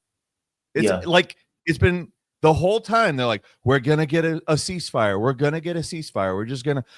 We're not going to put any pressure on Israel for it, but we're going to get one eventually. It's going to happen. And then he comes in and he's like, Israel, shut the fuck up. Like, and it happens. Right. It's just God, man, it's astonishing because you think of all of those people that got killed over the time frame that they just wouldn't put pressure on Israel. It's like you're talking about tens of thousands of people. You like Lancet is talking about 100,000 people slaughtered. And over the course of the time frame, Joe Biden's like griping, complaining, bitching, but under no circumstances using the actual levers of power to do anything about it. And that's the thing that drives me the most nuts about it. It's not like Israel controls us. We're the ones sending them tens of billions of dollars. We have the thing that said, we have the button to press that says you don't get that anymore. Like we're the ones with the leverage, and they're just like, well, you know, I don't like what they're doing out there, killing all those people, but I don't have any control over them. It's like they wanted people to be killed or something, and they just didn't want the blood on their own hands, on our military's hands. It's like they wanted the plausible deniability of some third party that's quote unquote uncontrollable doing it or something. It's amazing. It's just utterly amazing. Now, as I was pointing out to the audience, it doesn't mean that this is going to last. No. There's several moving parts that it could fall apart on, but it's the fact that they were able to get them to agree to it at all. And look, man, Israel has broken deals before. I mean, they've been breaking the deal with Lebanon. So yeah, it's clearly, I get the cynicism that people will have with this, especially with the Biden administration, who kept saying we're close to a deal. We're close to a deal. Hamas is not accepting the deal, despite the fact that Hamas was the one that was saying, yes, we will take the deal. And they wanted to take the deal for the last several months. No, it was the Biden administration just not putting any pressure. I mean, if you lie on everything that comes out, so a kid gets killed and it's like, well, Israel is going to do an investigation. We'll wait for their investigation. And you do that for like a year. What this keeps happening over and over and over again. If you point out that Israel is starving this population, they're committing a genocide, and you have all of these human rights groups saying it, even the government itself saying it, and the government, meaning our government, Joe Biden, Blinken, changes the context of the report because they don't want to own up to the fact that Israel is starving the population. You're giving them weapons, you're giving them money, you're giving them political support. And then the question comes in, what incentive do they have to do anything if you're going to continue to give them the stuff with a blank check? And the answer, of course, is nothing. And so, you know, we'll have to see how this pans out. We'll have to see if Israel stands by the deal, and when they break the deal, whether the U.S. would actually lump in on the side, meaning how wedded to this deal and to the notion of Donald Trump ending this conflict will the administration be? I mean, because Donald Trump's ego could get involved. And he's like, yeah, I want to end the conflict. This is, you know, I said it's a deal. It's going to be a deal. Or it could be the same way with the Biden administration, where they murder a baby, and Trump is like, well, that baby was kind of dangerous. So, you know, that soldier had the right to hit that baby in the face.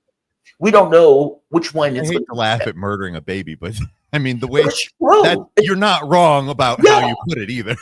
That's the sad part, right? It's like you would get this reporting out of like the Washington Post. The soldier valiantly defended himself against this 6-year-old who looked very dangerous at that soldier. It's like this valiant defense of Israel from babies and kids. No, they would put that stuff in a heartbeat. One of the things that I pointed out to the audience, I have been looking for this clip, and I want to get your take on this. I always say it's one thing for what a person actually believes, 3 a.m. between them and their God, versus what they say. Now, Donald Trump has gotten nearly $100 million, or at the very least was promised $100 million. I don't think he got that much from Adelson's wife, Miriam Adelson. And the entire point of her getting that money was she wanted Israel to annex the West Bank, in addition to bringing on these creatures that Donald Trump added in his administration. But before any of that took place, Donald Trump, in an interview, said this. When I heard this, I got to be honest, my mind was somewhat blown, but it does add context to the Jeffrey Sachs clip that Donald Trump in his Truth Social. This is Trump. I think it's a terrible personal trait. I haven't spoken to him since, right? I didn't talk to him. I thought he wanted to make a deal more than Netanyahu. And I will be honest, I had a great meeting with him, Abbas, right? I had a great meeting with him, and we spent a lot of time together, talked about many things. And it was almost like a father. I mean, he was so nice. Couldn't have been nicer. And after meeting with Bibi for 3 minutes, I looked at him and said, "You don't want to make a deal, do you?" And he said, "Well, and the fact is, I don't think Bibi ever wanted to make a deal. Why? I thought the Palestinians were impossible, that the Israelis would do anything to make peace and a deal. I found that not to be true." Isn't that amazing, considering the way Trump has been running and the people he put into his administration? That 3 a.m. between him and his God, that's probably what Trump knows. I mean, it sounds to me like these MAGA kids who are talking to these Chinese people on Red Note. And they're like, I've been lied to this whole time. Right. Right. It's like, they got healthcare, they got education. Oh my God. I saw this one video of this one, like, she was apparently a conservative woman, and she was talking about how they can't believe we have to work 2 jobs here to keep a roof over our heads. Like, they're just shocked by it. And she was like, just absolutely pissed at our government. Yeah. But it sounds like that to me. Trump sounds like that to me. He's like going over there. He's like, I thought that it was going to be one way and it's the other. It's like, it's just, that does shock me. I'm not going to, I haven't heard that clip. And just to be completely clear, that's something I would never expect, because it's more or less Trump saying I was wrong, which is not something you hear out of Donald Trump. I thought it was one way, and it turns out it's a different way. That is an amount of humbleness I never expected to hear out of that man. But B, completely correct. It's astonishing. Like, the first time I heard that, it was on the show Dialogue Matters or Dialogue Works. And I was like, holy shit. Yeah. Like, because what he means is, you know, it's like, it's one thing of what you project and what you say. It's another thing what you actually believe. And there's this kind of question of, okay, well, are you functioning on what you say, or are you functioning on what you actually believe? And when Donald Trump put out the Jeffrey Sachs clip, and people were like, what the hell is this? Like, why is Trump putting this clip out where it's pointing out that Netanyahu is a deep, dark son of a bitch? And nobody knew how to frame it. I mean, person after person after person that I would ask about, they was like, I don't know how to frame this clip, because it doesn't fit within the context of the things that Donald Trump has said or the people he's put into his administration.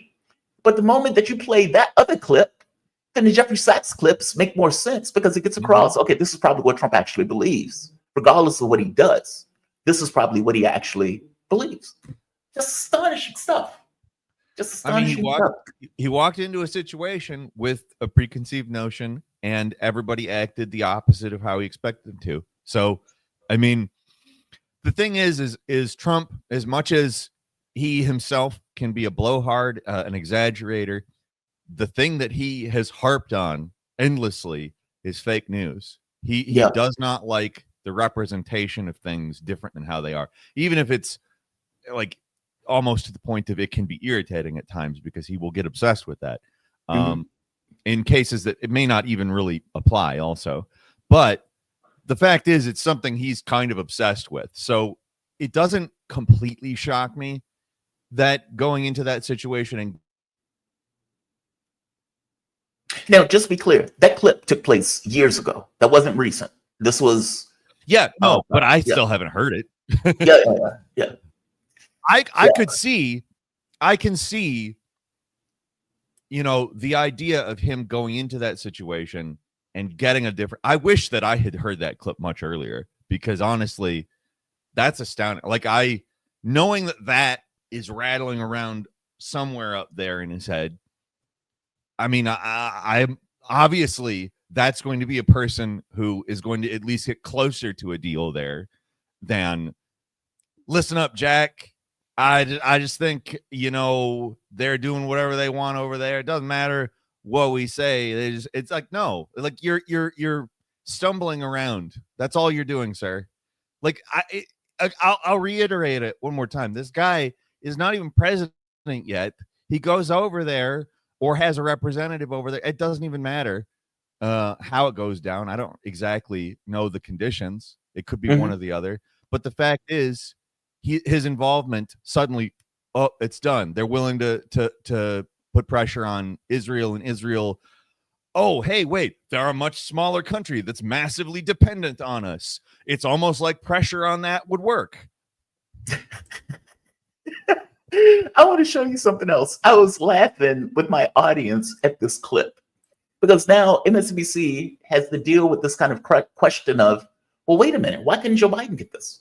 Like, you have all of these Democrats now that have to somehow shield for Joe Biden because Trump, who's not even president, was able to get a deal that Joe Biden, who had been president for the last 3-4 years, was not able to get a deal.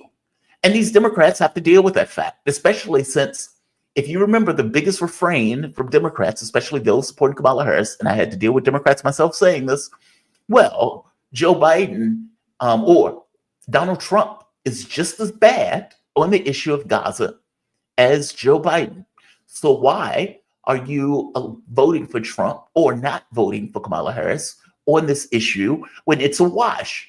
Meaning they're even on it, they're equal on it. Kamala Harris may not do anything other than Joe Biden was doing, but neither is Donald Trump. And Donald Trump is somehow going to be worse on this issue. And so now all of these Democrats, Ari Melber, pretty much anybody on MSNBC, Mehdi Hassan, all of these people who just took it as a religious faith that Trump was going to be worse. Okay, now these people have to eat crow. And these people have to deal with the reality that, oh, wait, so you're telling me that my guy was worse? It's that one, right? So this, I want to show you. Are we the baddies? Yeah. So right. So wait. So it's like, wait, we're the bad ones.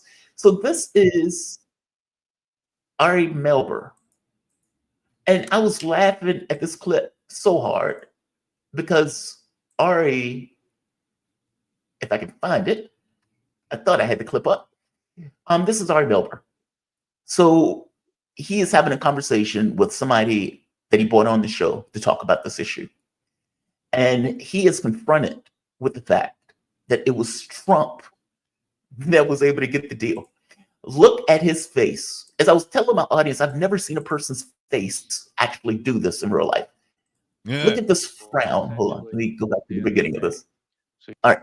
This is Melber being confronted with the reality that it was Trump that got the deal. Been available essentially since the end of May.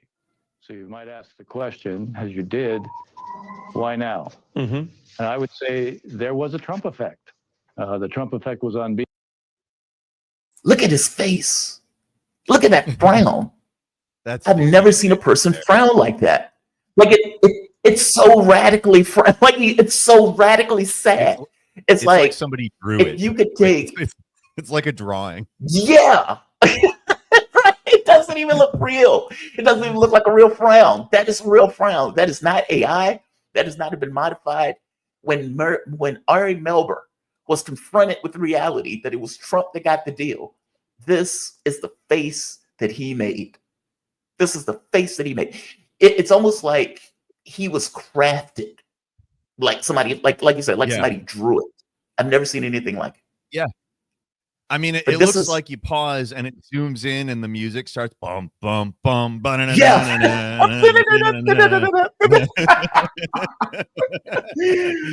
This is the way Democrats look when they've confronted with the reality that Trump got a deal that Joe Biden couldn't get. That look. I mean, and the thing is he did it right away. It's just like the first thing he did. Like, it's honest. It's an honest reaction. And the thing is, I also dealt with that exact same thing from Democrats. Well, you say this about North Korea and he's willing to do peace talks there, but on Israel Palestine, he's absolutely he's horrible on that. He's terrible on that. Well, the fact is he did go to Michigan, and not only did he say, I want to stop this war to the Arab population there, but he had Arab leaders on stage with him to speak. It's not just that he said something. He also did coalition building there, met with people, and then had them on the stage to speak. It's as much as all of these Democratic people want to talk about how they're about building, bridges with, marginalized communities and stuff like that. Did they do that? No, because they knew if they sent Kamala in to talk with the Arab leaders in the area, the Arab leaders were going to spit in her face because she wasn't willing to move on her position. Donald Trump is always willing to move on his position if it benefits him. And he knew this would benefit him. All he had to do was tear off a little chunk of that voting block. And he didn't tear off a little chunk of that voting block. He stopped the entire, just by signaling some degree of listening to them at all. And I've said this about the McDonald's thing even, but just by signaling that he will listen to some extent, he stopped a ton of people from voting for Kamala Harris that by traditional voting patterns would have. Now, whether they voted for him or not, it wasn't even that relevant. I'm sure a lot of them did. But to be clear, I mean, he ripped off the entire, it wasn't just him, of course, but in listening, he certainly made them go, you know what? Why the hell are we? Why? Like a normal person who might be questioning their community in Royal Oak, for instance, might say, I understand that this guy isn't her and she's not saying the things, but we always vote progressive or Democrat or whatever. I could understand some people in those areas saying that, and then literally having him come in, talk to Arab leaders, bring them on the stage and be like, I'm going to stop this. This is going to be part of my goals. It's insane that Kamala's strategy team did not understand how detrimental just being Biden was. Yeah. I mean, look, man, like I said, there's a big difference when one person is arguing, I'm going to keep the war going, or I'm not going to make any differences. And they're calling you genocide Joe. They're calling you Holocaust Harris. That's astonishing by itself that you're getting hit with that. Yeah, but and it was just racist to say that. Yeah. It's and racist they to have call her Holocaust Harris. Stop it. Holocaust She's Harris. a black woman. But I guess my point is and she could not deviate from him at all. It's astonishing. It's astonishing that, your response to being told you're participating in a genocide when it's functionally true, even if you don't like it. Yep. Let's say she didn't like that. Let's say she was against that, internally. Let's say morally she understood how bad that was. Doesn't matter. Their response was just it's racist to call me that. Don't call me that. Instead of reckoning with the fact that that's a very, very serious accusation. It's not something flippant. We're not saying she flip-flops on healthcare. That is, she does, but it's not participating in a genocide. That's Hitler stuff. Flip-flopping on healthcare isn't Hitler stuff. Right. You would think that they would take that with the credit, the seriousness it deserves. One of the other things, for once, Anthony Blinken got told the truth to his face. For once. Because Blinken has been doing this legacy tour himself. And he's been like, yeah, the Palestinians deserve some level of determination. All of the things that he wasn't doing over the course of his administration. It seems that what Joe Biden and Blinken have decided to do was effectively repudiate their entire behavior, as if this legacy speech is the only thing people is going to remember about Blinken, or for that matter, Joe Biden. But finally... for Joe Biden, it probably actually is. Well, yes. He's not going to remember anything past that. Well, but everybody else is. That's the rub. Because he does what everybody else does. But somebody finally told Blinken to his face the truth. And God bless her. God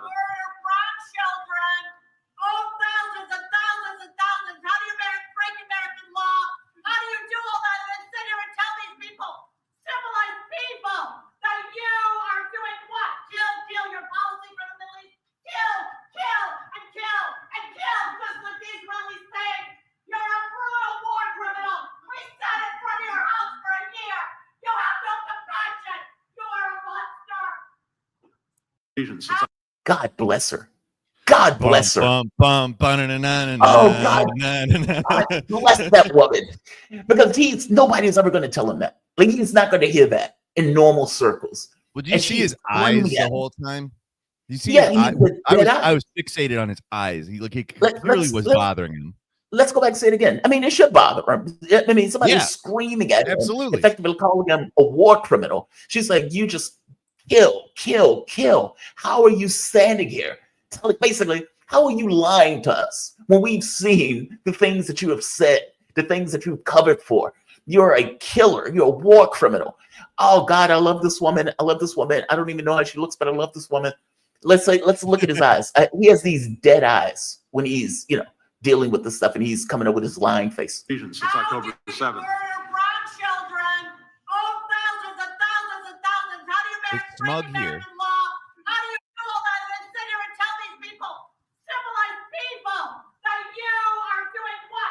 Oh, you're right. This is bothering him. Yeah, You're right. you see it. This is It biting. turns right there where she starts saying civilized people. Like Yeah. the You can see it. little smug look in his eyes. It dies right there. Yeah. Oh God, this is such a good point, Peter.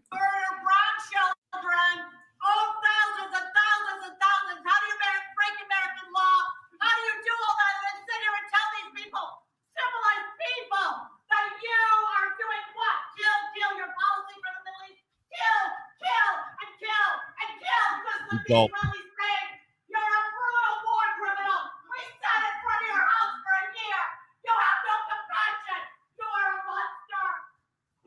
You are a Since October monster. 7th. She I said you have didn't no notice it the first time, but he gulps. He actually Yeah. gulped. She said you have no compassion. You are a war criminal. Oh God, I love that woman. He might as well have just stood gone. there and took it. Right. It's like, would somebody please get this woman out of here? This is bugging me. She said, how can you kill thousands of children? You are a brutal war criminal. You have no compassion. You are a monster. You are a monster. I mean, And she's like, you you're standing cannot. there telling. All of No, what go she ahead. said materially is completely true, too. Yes. That's the thing that all of these people need to reckon with.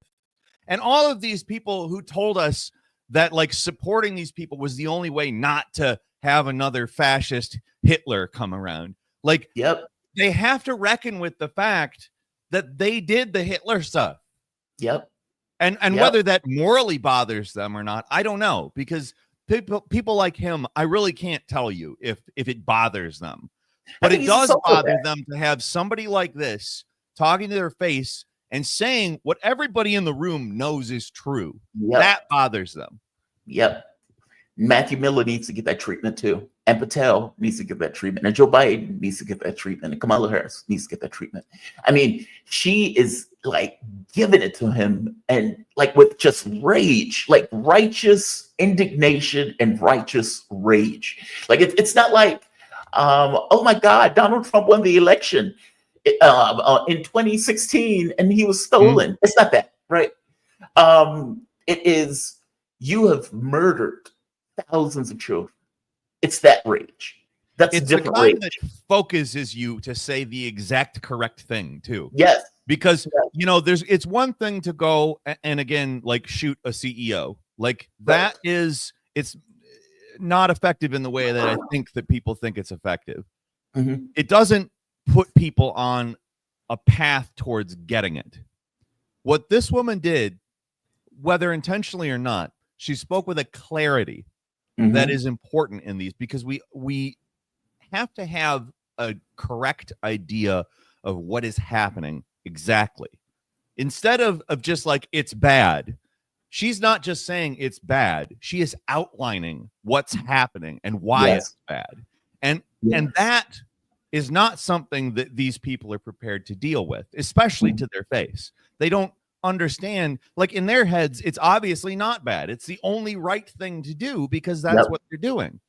So when we, the normal people, understand what's wrong with it in a way that they just don't even consider, it's flabbergasting to them. But the rest of us, the people who've had maybe a feeling that it's bad, just With don't a like conscience. the idea that it's bad, they Yeah. hear something articulated as well as that woman articulates it. That's important.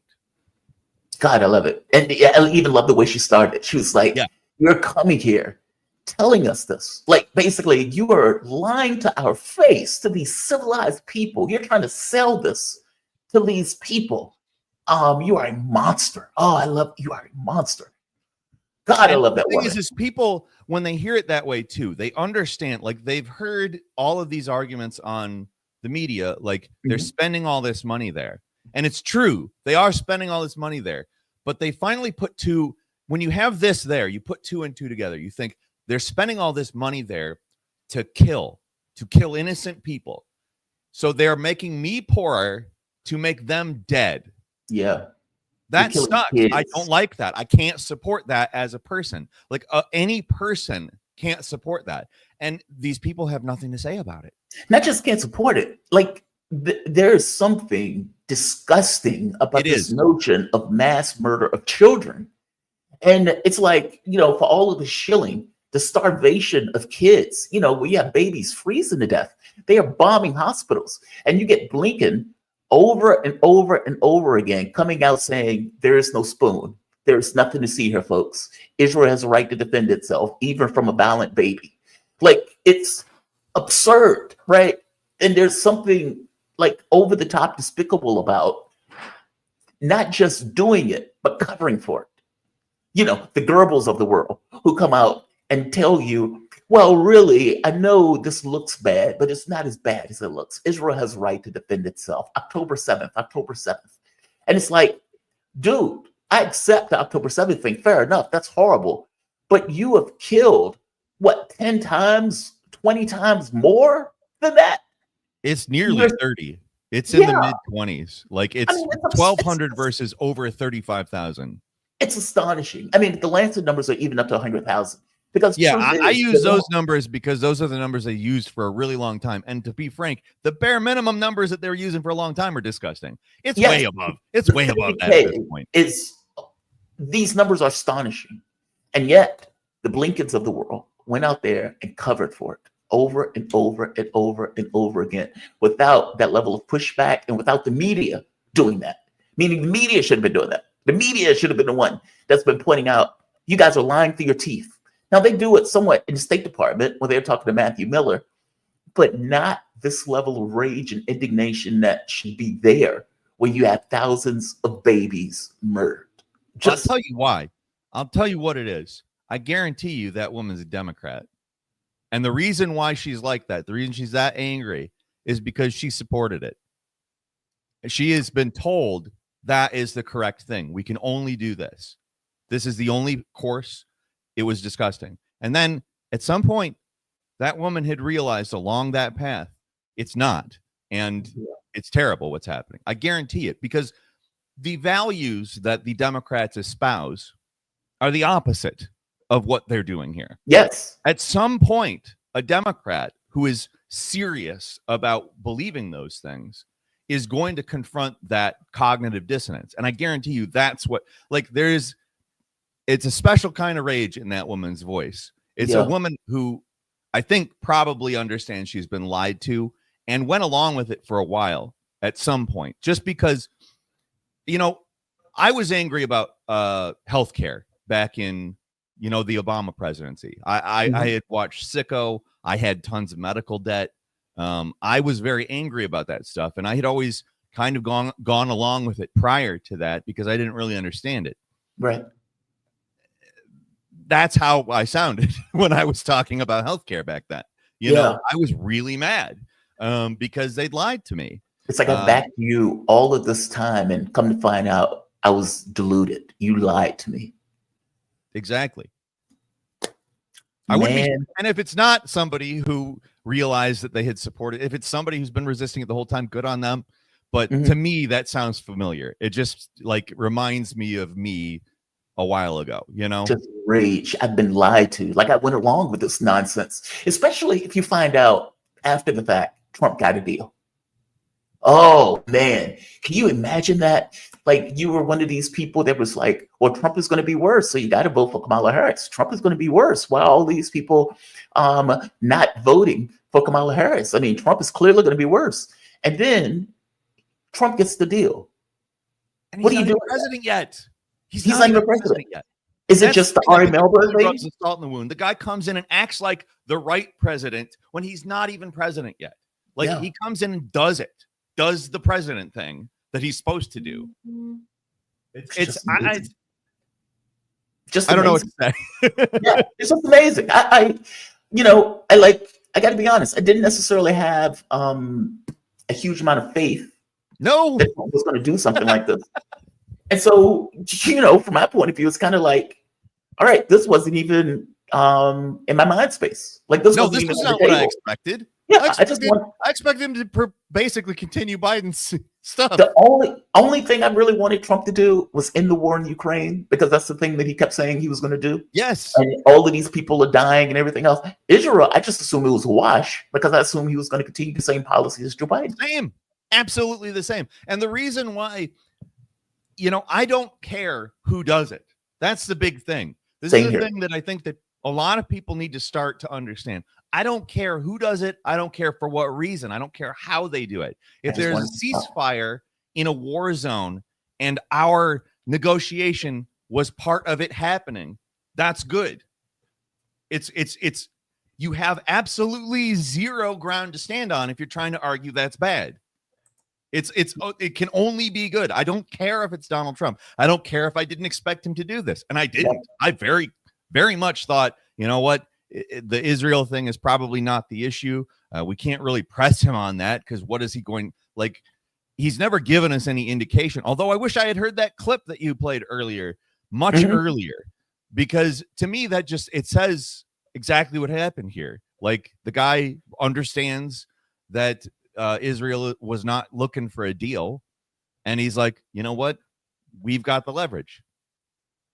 Yeah, we're going to push him into it. I mean, that's what it sounds like to me. We're going to push him into it. And let me see, it was one last clip. I think this is the one that I heard the other day. And then maybe not. It was something that Blinken said the other day that annoyed the hell out of me, because again, Blinken has been lying to such a degree, and he's so delusional, that I love the fact that he got confronted on it. And maybe I don't need to show it. I mean, people know that Blinken has been lying through his teeth. So they're pretty clear. They're mad at him. They know at this point. They're very clear that Blinken has been lying through his teeth. So it's not like I have to show a clip of Blinken lying through his teeth. Peter, thank you for this. I really do appreciate it, man. Anything you want to say before I close on this? I mean, I hope it goes through. I hope it withstands any kind of breaches in it. These people have been killed to the tune of tens of thousands. They are saying that they're going to allow the people to go back to their homes. There are no homes. 70% of Gaza has been destroyed. So I don't know what the people are really going to go back to, even though they're saying there's going to be a huge amount of humanitarian assistance that are going to be dumped into the area. Well, I think I have to echo my friend and co-director Caleb Maupin from the Center for Political Innovation. We have an event going on that you're going to be at next Monday, and something he said very much in this case is when Donald Trump does something right, we have to loudly support it, whether that is what he, like, the only thing he does, or regardless of like all of the other things he does. We have to support the things that are done right, because it doesn't matter who did them. It matters that there's a ceasefire on the table. And if people respond well to the ceasefire, that's going to be something that, he's a narcissist. Like, just to be clear, this guy is not like a great guy, but he loves being viewed positively. And if people respond well to the good things that he does, he'll probably want to do more of them. We have to understand this is a good thing. And we wouldn't have gotten it with Joe Biden or Kamala Harris. Like, it's that simple. It sucks for a lot of people, I understand. And there's a lot of, like you said, crow to be eaten. But, like, I'm sorry, it's happening. That's material. It's materially a ceasefire. It has been agreed to. Now, like you said, it could be that it doesn't necessarily withstand the test of time, but also that depends on Donald Trump.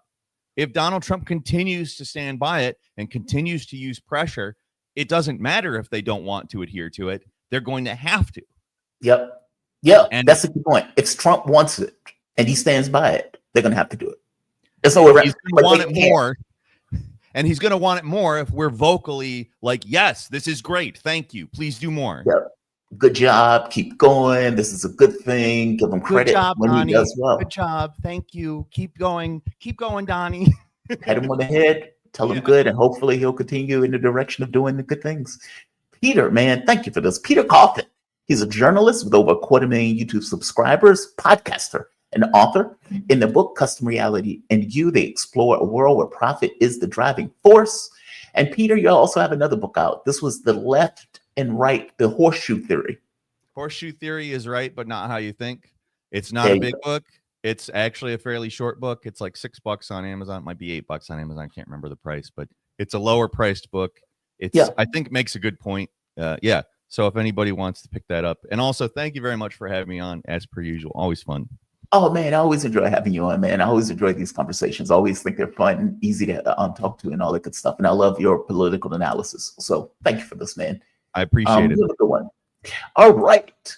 The one and only Peter Coffin. Much appreciated to Peter for joining me on the show. You can find him at Peter Coffin. So definitely check him out. And I would like to bring in my next esteemed guest. He is easily one of my favorite people to talk to, the one and only Richard Wolff, or Professor Richard Wolff. He's Professor of Economics Emeritus at the University of Massachusetts Amherst and a visiting professor at the Graduate Program in International Affairs of the New School University in New York City. He's founder of Democracy at Work and host of the nationally syndicated show Economic Update. His latest book, The System is the Sickness, When Capitalism Fails to Save Us from Pandemics or Itself. And it is available with his other books, Understanding Socialism and Understanding Marxism. Professor, welcome to the show. How you doing this morning? You doing all right? Yes, I am. Jamal, I'm really glad to be here, and thank you for the invitation. Oh, man, I always enjoy having you. I think I've said before, you have shaped my workable point of view on the issue of economics and how it works in regards to just kind of our daily politics and the daily where we engage. So, no, I deeply appreciate you joining me. I want to start with Trump. Since Trump is in the news, there's been the deal between Israel and Hamas. Hopefully that deal sticks. But one of the things that Donald Trump has been talking about is using tariffs as a weapon in order to just shamelessly take territory. I mean, he effectively threatened Greenland. He wanted Canada to be the 51st state. He wanted to steal the Panama Canal. How do you frame this in an economic sense? I know there's geopolitical realities associated with this stuff, but as you listen to a president that is shamelessly talking about taking territory from other countries, Denmark, allies, no less, how do you frame all of this, especially the weapon that he's talking about using, which are tariffs or sanctions? Well, I think the most important part of my answer is that people understand that Mr. Trump is inheriting the whirlwind. He's inheriting an accumulation of problems for the United States, political, economic, ideological, you name it. And you can't keep faking it. I mean, it can last for a while. You can have the mainstream media keep people unaware of what's going on or give them a really twisted version of the events. But that doesn't change the reality. That keeps marching on. And the reality of the United States, that is really what has to be confronted, but hasn't been yet, is that the period of American dominance in the world is over. You know, it begins a century ago. It reaches a peak in 1945, when the end of the World War II, and you know, some of us are old enough to remember at least a little bit about that. That war ended, and every major competitor of the United States, Britain, France, Germany, Japan, Russia, they were all destroyed in and by that war. except for the United States. In the early days of the war, we had bombs dropped on Pearl Harbor in Hawaii. Other than that, no bombs fell here. Whereas in all those other countries I just mentioned, bombs decimated everything. Major cities in most of these countries look like Gaza appears to us on the television screen these days, or the fires in Los Angeles, this wasteland of destruction. So we emerged in 1945 at the end of that war as the king of the hill. There was nobody who could question that the dominant economy in the world was the United States. It had the biggest military built up by the war. It had not been destroyed. The US dollar became the global currency because it was the currency of the country that was on top. Anyone with a sense of history would have known then, and many did, that this was very exceptional in world history. We have not often had a country, among others, that was so dominant, and that the only reasonable expectation would be that over time, the destroyed countries would rebuild. They would see the dominance of the United States and take that to be the target they had to equal or overcome. And true enough, over the last 60 years, roughly, that's what happened. Germany rebuilt. Japan rebuilt. China went from one of the poorest countries on this planet to the superpower number 2 after the United States today, and rapidly catching up. Okay, we have to face that. We can't do as a nation what we did in the second half of the 20th century. We can't tell everybody what to do. We can't threaten everybody. Remember, the United States dropped the only nuclear bombs ever dropped on human beings in Nagasaki and Hiroshima at the end of the war. It was as if to let the world know, we got the money, we got the power, and we will use them. So you better do what we need and want. And the world in general did. That's now gone. The Chinese, the European, they've come back and they're taking their share. Let me give you an example from last week about how America as a nation denies this. One of the largest countries in the world is a country called Indonesia.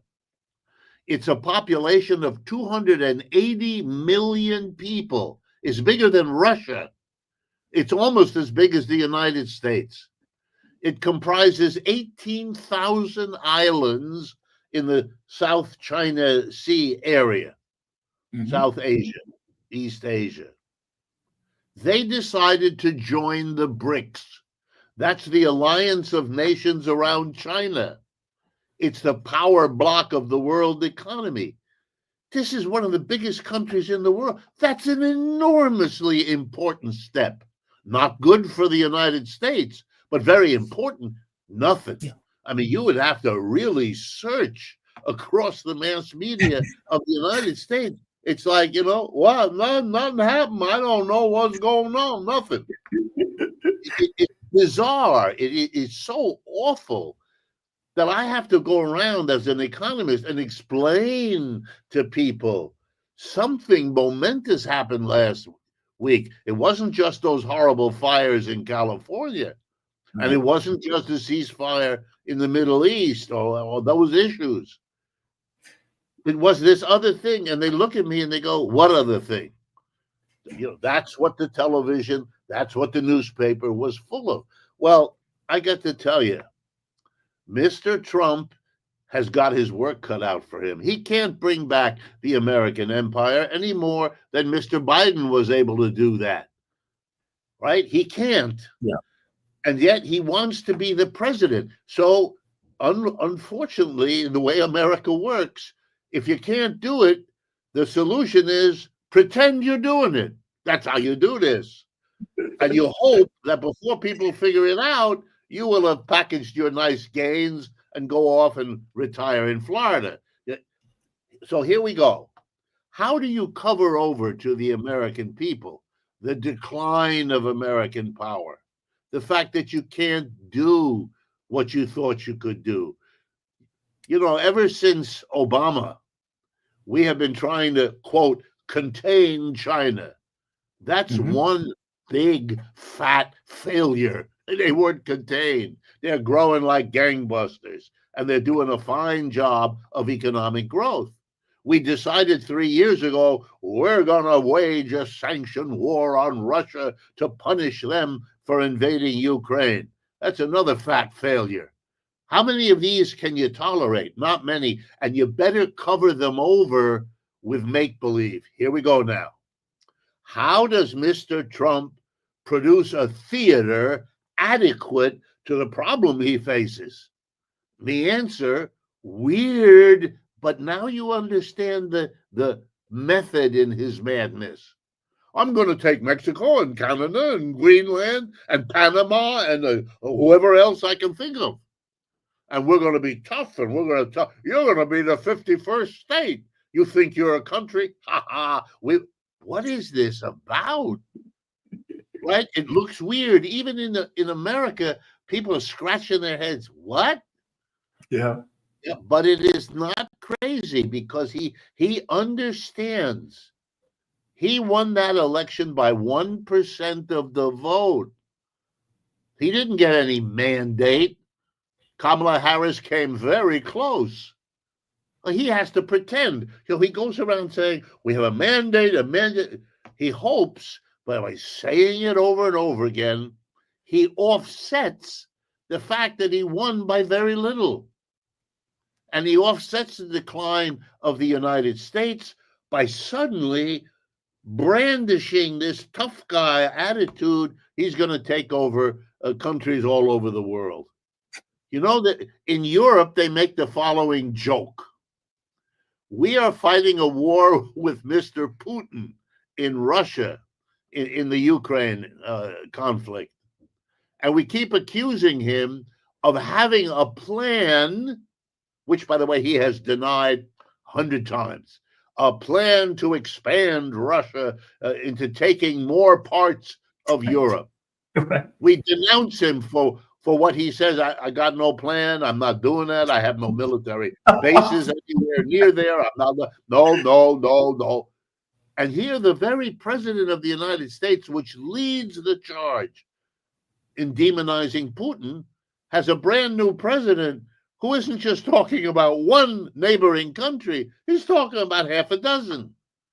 I mean, it's caricaturish once you see what's going on. Mr. Trump has got a problem, huge. He's not going to solve it by make-believe. And let me give you, to answer your question, and I'm sorry I'm taking so long. No, you're fine. All right, let's turn to the tariffs. Let's understand the theater that's going on here. The Republican Party, of which Mr. Trump is the leader, the Republican Party for a century has positioned itself politically as the party that cuts your taxes. It's gotten lots of people who are upset about the taxes they pay, often understandably so, to vote Republican, even if in other ways they don't like the Republican Party because they want to have their taxes cut. All right, I'm an economics professor. Let me give you a real hot piece of news. Tariffs are taxes. The tariff is the name of a particular tax. It's not a tax on your income. That's an income tax. And it's not a tax on your spending money. That's a sales tax. It's a tax on importing goods and services. Goods and services produced outside the United States, but brought in and sold to American businesses or consumers. Those are called imports. And a tariff is a tax on the import. So here we have this spectacle of America's number one anti-tax party putting an enormous stress on, get ready, raising our taxes. When you tax an import, it means that instead of paying, let's say, $30,000 for a Chinese car or truck, so you pay $30,000, those go to the manufacturer in China, and you get the truck. A tariff means that the United States, which right now, as we're speaking, has imposed a 100% tariff on electric cars and trucks imported from China. So the $30,000 truck, that's what the Chinese charge to sell you that truck. You've got to pay 30 grand that go to China and another 30 grand, 100%, that goes to Uncle Sam. The tariff is paid by Americans, not by Chinese. And it goes to the American government. It means that Mr. Trump is the champion raising our taxes, right? The beauty of this is that by fudge, and I'm using the politest term I can think of, by fudge, he's getting Americans to think that somehow the Chinese are going to pay this. They're not going to pay it any more than Mexico paid for the wall down there. That never happened either. It's all make-believe. It's a kind of cheap theater. Okay, now let's take it the next step. When you have a tariff, it means an American pays a higher price for anything imported than they would have to pay if there were no tariff. If there were no tariff right now, you could get what is, by the way, the best electric cars and trucks in the world at the cheapest price, because the Chinese won that competition. The name of the company in China that you should keep your eyes focused on is the BYD Corporation. 3 letters, initials. They are the producer of the highest quality, lowest price. We've had a 15-year competition among all the major car companies to be the one to produce electric cars and trucks the best. For a short time, it was Mr. Musk, Tesla. That's over. The Chinese beat him. Yeah, BYD is really nice. Yeah, I've seen that. Here in America, he's a great hero. But in the rest of the world, they're buying Chinese cars more and more, and his less and less. Now, Americans don't want to face that. They like the idea that the Chinese are bad and Mr. Musk is an engineering genius. Okay, more theater. Fine. But now let's look. What will be the consequences of this 100% tariff that already exists? Well, the reality is Americans are going to have to pay much more money for these Chinese cars. Most Americans are not going to pay $60,000 for a $30,000 Chinese car. Too much. So you know what they're going to do? They're going to pay 45, 50 grand to get an electric car or truck made by General Motors or Ford or Tesla or Toyota. Not as good a deal as buying that Chinese truck. Better quality, lower price. All the competitors of the United States around the world, they're buying BYD trucks and cars because that's the most efficient. America is losing by this tariff, not winning, losing. It may be good for Ford and General Motors. They can sell electric cars only because of that tariff. That's why we have it. They went to Mr. Biden, and that's what they got. Mr. Trump may do the same. Looks like he's going to. But in the long run, losing proposition for the United States. But by theater, you can get it done. We're smiting the Chinese, and we're tough, and okay. If Americans want, Donald Duck movies instead of reality, be my guest. That's what you're getting. Cheap knockoffs of Donald Duck. It's hopeless. Now, one final example. One of the countries he's going to target, you can see it already, is Mexico. Mm-hmm. Okay. That is really strange. If he's going to give a tariff on Mexico, it means he is breaking two treaties. One was called NAFTA, and the other one had another name with different initials. But it's the treaty that combined the economies of Canada, the US, and Mexico. Passed, 40 years ago, 30 years ago, Right. and revised a couple times. But the last time it was changed, Mr. Trump led That's the the one that change. Yep. Right. And he signed the agreement, as did the leaders of Mexico and Canada. It's a legally binding, ratified treaty, which he's proposing to what? Violate. He's Yeah. breaking the treaty. Canada didn't do that. Mexico didn't do that. Neither of their leaders threatened to. Ours. Well, we don't want it anymore. We are going to hit you with a tariff. Whoa. Now, let me tell you what that means. Many of the major companies in the world pushed for NAFTA for the reasons which everybody knew, including Mr. Trump, that if you can go to Mexico, where wages are much lower than the United States, and produce stuff there, and then move it across the border into the United States without paying a tax, because that's what NAFTA means. We can move goods without paying a tax at the border, then that's what people are going to do. Mm-hmm. And that's what happened, including American companies.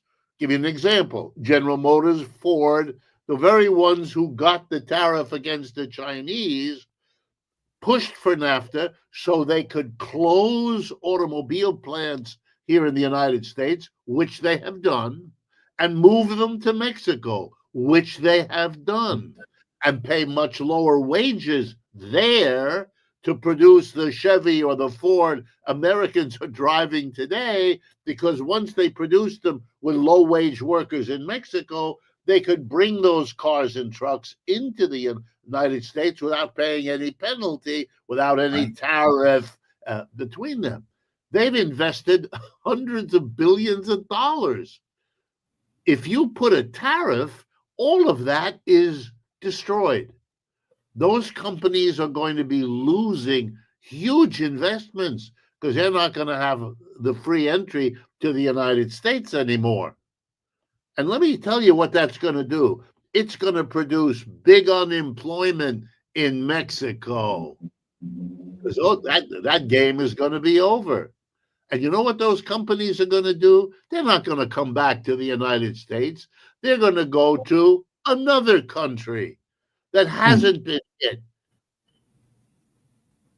In Asia, in Africa, in Latin America somewhere. They're going to just continue this game like a hopscotch. They'll go to Brazil, and then the United States maybe will hit the Brazilians with a tariff, and then they'll move somewhere else. And this has been going on for 40, 50 years. That's not a solution.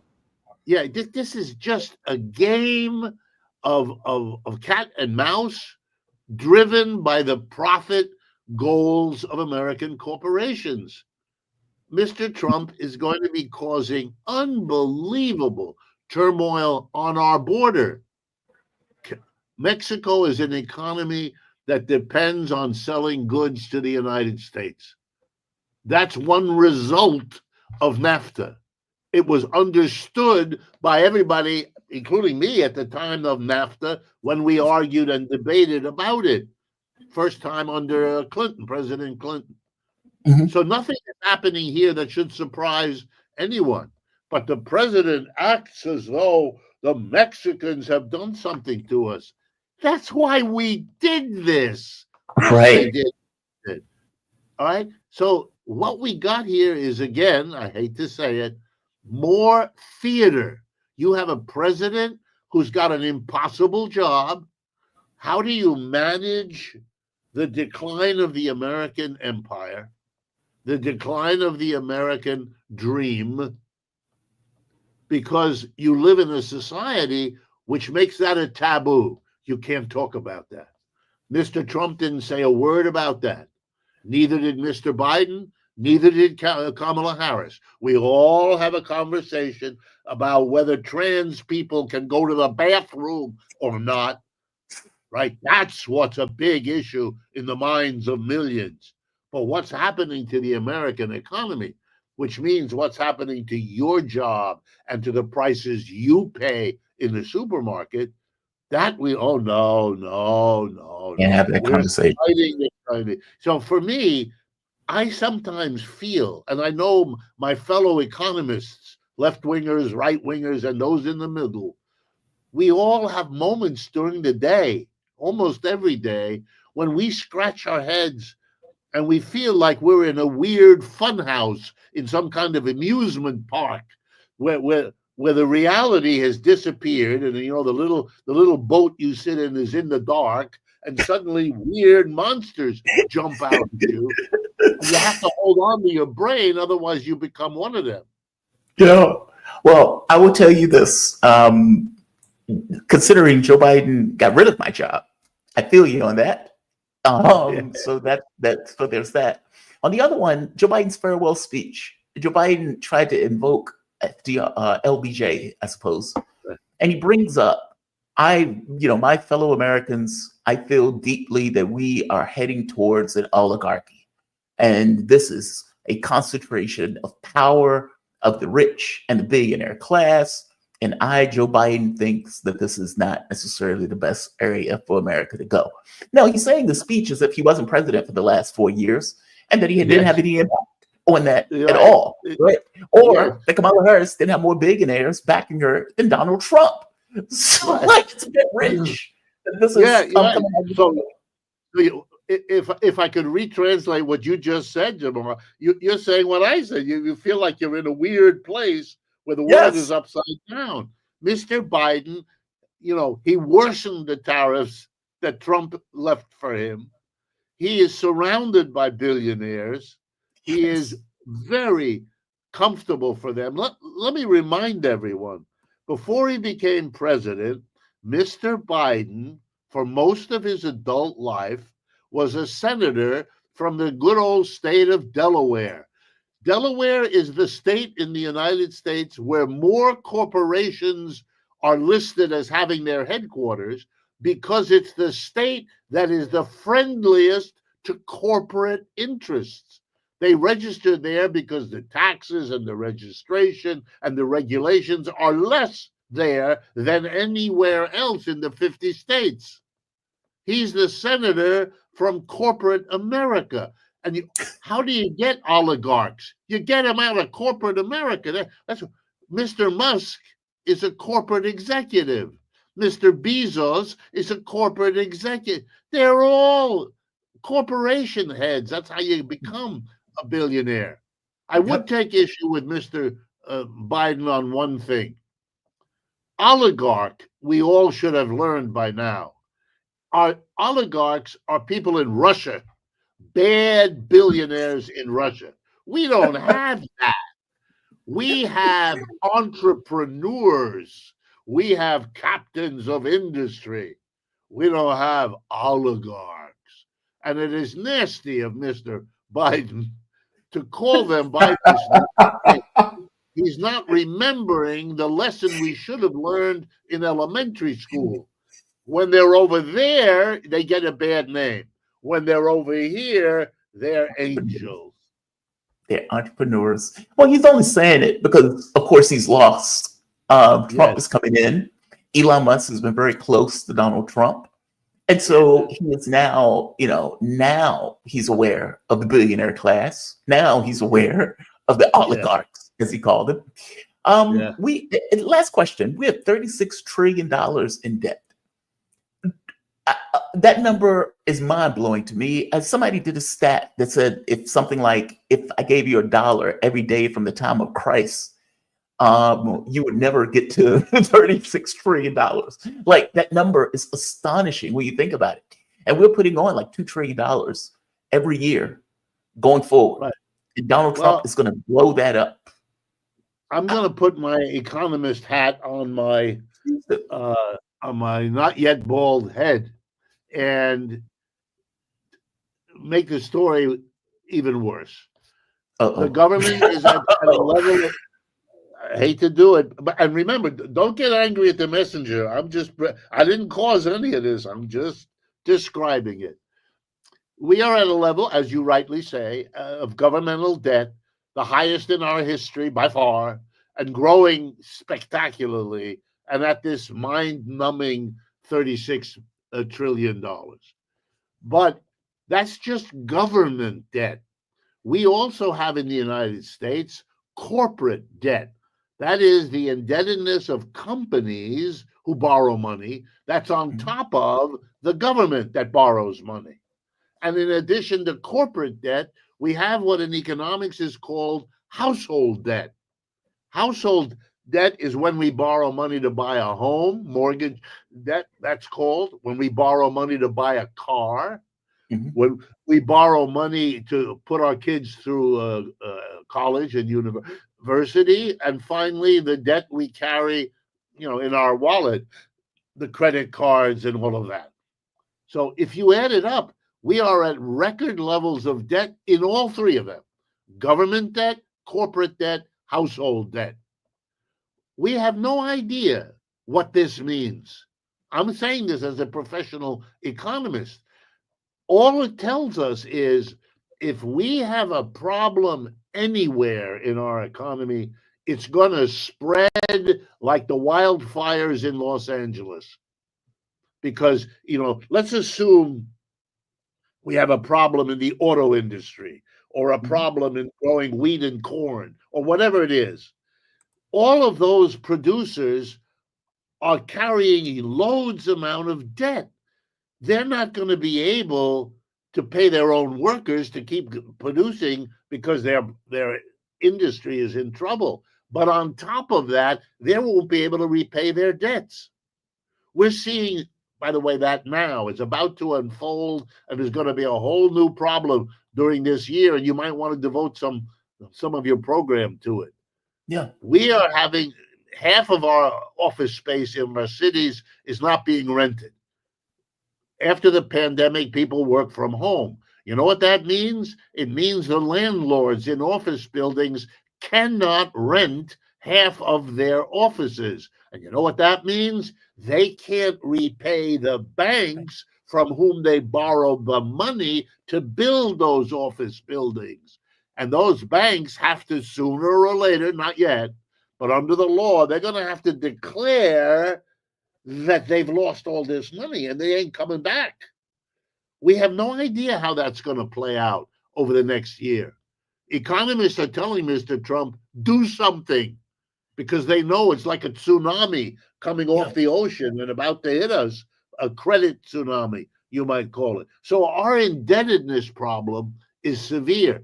Now, let me give you a second example, because Americans don't know this. The two largest creditors of the United States, the two largest entities that lend the money to the United States government, making up that 36 trillion, are Japan, that's number one, and the People's Republic of China, that's number two. China has lent the United States government around $800 billion. That's almost 1 trillion out of the 36. Japan has lent even more. Well, if you are a creditor of the United States, then the United States not only owes you that money, but they have to pay you interest every year on that loan, like on any other loan. Which means, my fellow Americans, that we are paying taxes to Washington, all of us, on our income. Every time we put a gallon of gas in our car, every time we drink a glass of beer, we are paying taxes to the United States government. And you know what the United States government is doing with a portion of them? Sending them to the People's Republic of China, which says thank you and uses the money to improve their military. And we are paying for it. That's how the geniuses that run the United States government, Republican and Democrat alike, have managed our affairs. If we didn't borrow like this, if we taxed corporations and the rich the way we ought to, then the government wouldn't have to borrow. Let me conclude with that. That's the biggest scam of all. The corporations and the rich go to the government and they get tax cuts. The biggest one in recent history, Mr. Trump in December of 2017 got the biggest tax cut. Proud of it. Yep. Okay, if you cut the taxes on corporations and the rich, which we do in America, then the government doesn't have enough money to keep the roads going, to manage the harbors, to help the people going to graduate school or whatever else, Social Security, all of it. So what does the government do? It borrows. In order to keep doing what it has to do, it borrows because it can't get the rich to pay their taxes. But who does it borrow from? Answer, corporations and the rich. The mass of Americans can't lend money to the government. They're in debt themselves. So the corporations and the rich get their taxes cut and then send that money that they don't have to pay in taxes and lend it to the government that didn't tax them. So for the rich and the corporations, this is a no-brainer. Instead of paying taxes where you have to say goodbye, you paid your taxes, the money is now in the hands of the government. No. We'll lend it to you. Then you have to give it back to us. And while we wait, you got to give us interest.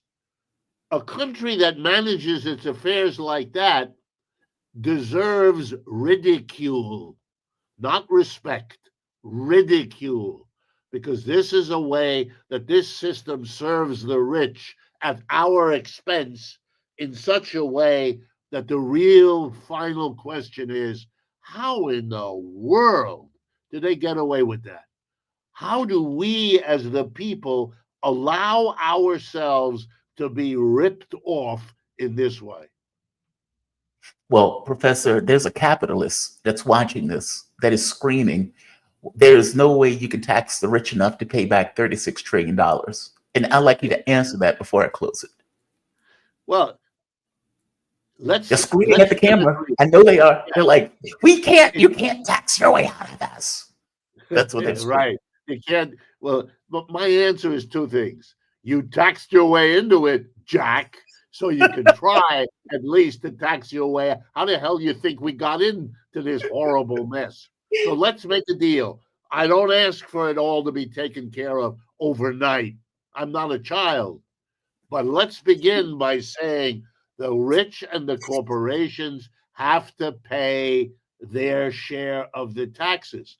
And I can quote you Warren Buffett, one of the 5 richest people in America, the head of Berkshire Hathaway, who repeatedly says, to his credit, that there's something wrong in the United States if I pay a lower share of my billionaire's income than my secretary pays on the lousy salary I give her. Professor God, man, I always appreciate you and your take on this stuff. You are fantastic. Professor Richard Wolff, he's professor of economics emeritus at the University of Massachusetts in Elmhurst and a visiting professor at the Graduate Program in International Affairs for the New School University in New York City. He's founder of Democracy at Work and host of their nationally syndicated show, Economic Update. His latest book, The System is the Sickness, When Capitalism Fails to Save Us from Pandemics or Itself. It's available, and with his other books, including, there it is, Understanding Socialism and Understanding Marxism at www.democracyatwork.info. Professor, always appreciate you. Thank you very much for this. Thank you again, Jamal, not only for inviting me, which I appreciate, but for putting these kinds of ideas out there for people to think about. That's an urgent need in this country, and you are one of the people that leads us in doing that. Oh, man, thank you for that. I appreciate that. You have a good one. Be safe. You too. All right. We are come to the end.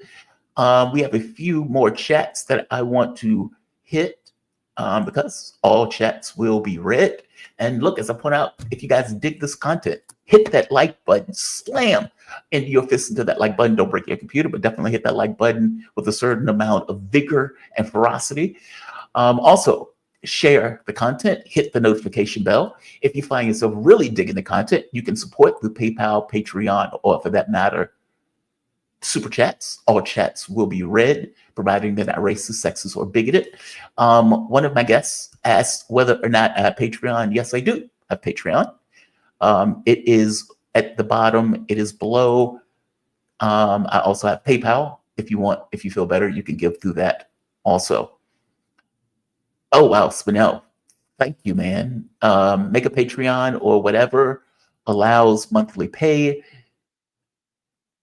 What is it? High tier can have chess lessons. And I don't know, YouTube takes 30%, which I give 0 super chats during the Holocaust.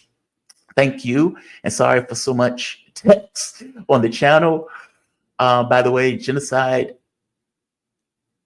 really made me crazy. It made me crazy too, because I was sitting here thinking to myself, how the hell are we allowing this? How is this okay?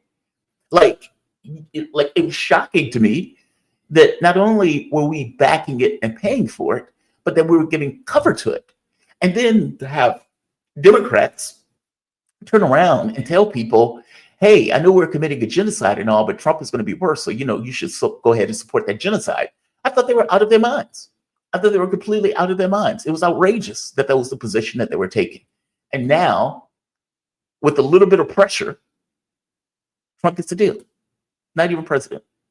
So yeah, who knows if this lasts? Again, it's like I want to reiterate, it is no way to know if this lasts. It is no way to know if this goes through. It is no way to know if this is ratified by the Netanyahu government. All of these things, question marks. It is no way to know whether this goes into the second phase without somebody breaking the ceasefire. And there's no way to know that if Israel does break the ceasefire, that the United States will put pressure on Israel and condemn them for doing so. Because up to this point, that has not been what has happened under the Biden administration.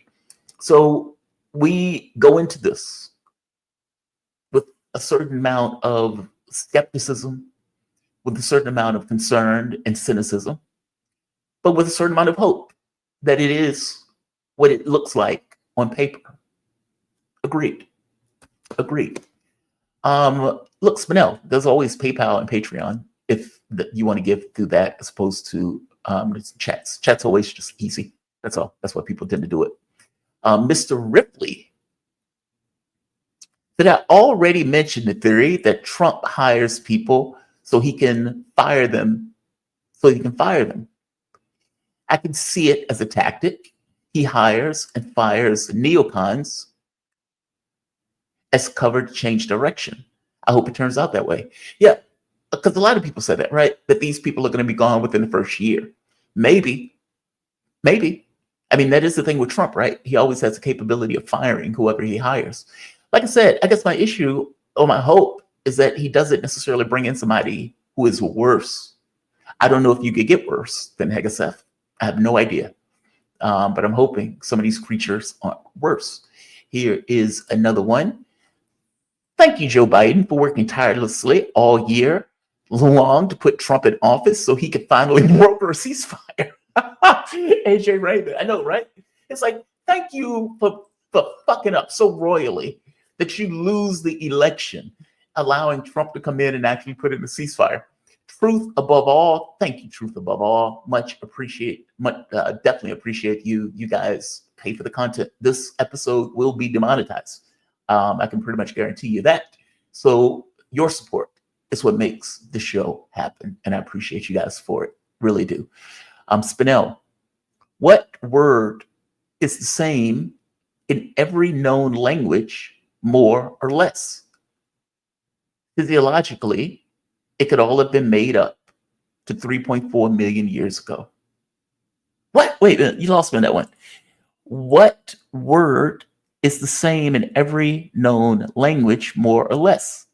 Physiologically, it could have been made up to 3.4 million years ago. I don't know. What do you mean? No? Yet? No? I don't know. I don't have an answer for that one, Smell. Maybe I'm misunderstanding the question. guys, we have come to the end. We've come to the end. I would like to thank all of you for your support, honestly. Oh, right here. Words mama or baba. Every language, really. I don't know if that's true, Spinell. I mean, I don't want to contradict you when you're giving me cash, but I don't know if that's entirely true. Mama, papa. I mean, if it's a culture where mama or the mom is not named mama, then I don't think they would say mama. But fair enough, fair enough. I want to thank all of you for joining me today. There are days that we have better news than others. If this is legit, then this is good news. There is still the question of Gaza. There's still the question of Israel, stealing land and taking over the West Bank. It is very possible that what Trump gave Netanyahu was, you give me a deal, I'll let you annex the West Bank. Who knows? I don't know. But I'll take even small victories if indeed it ends up being a victory. And this is for every amount of applause that Trump is going to get for doing this, it's the same amount of condemnation Joe Biden should get for not doing it. Let's be very clear. Carl Averson or Asperum. Thank you. Thank you. All right, guys. You guys have a phenomenal day. And I will see you bright and early tomorrow morning. Jamal Thomas Morning Show, episode 78. Signing off.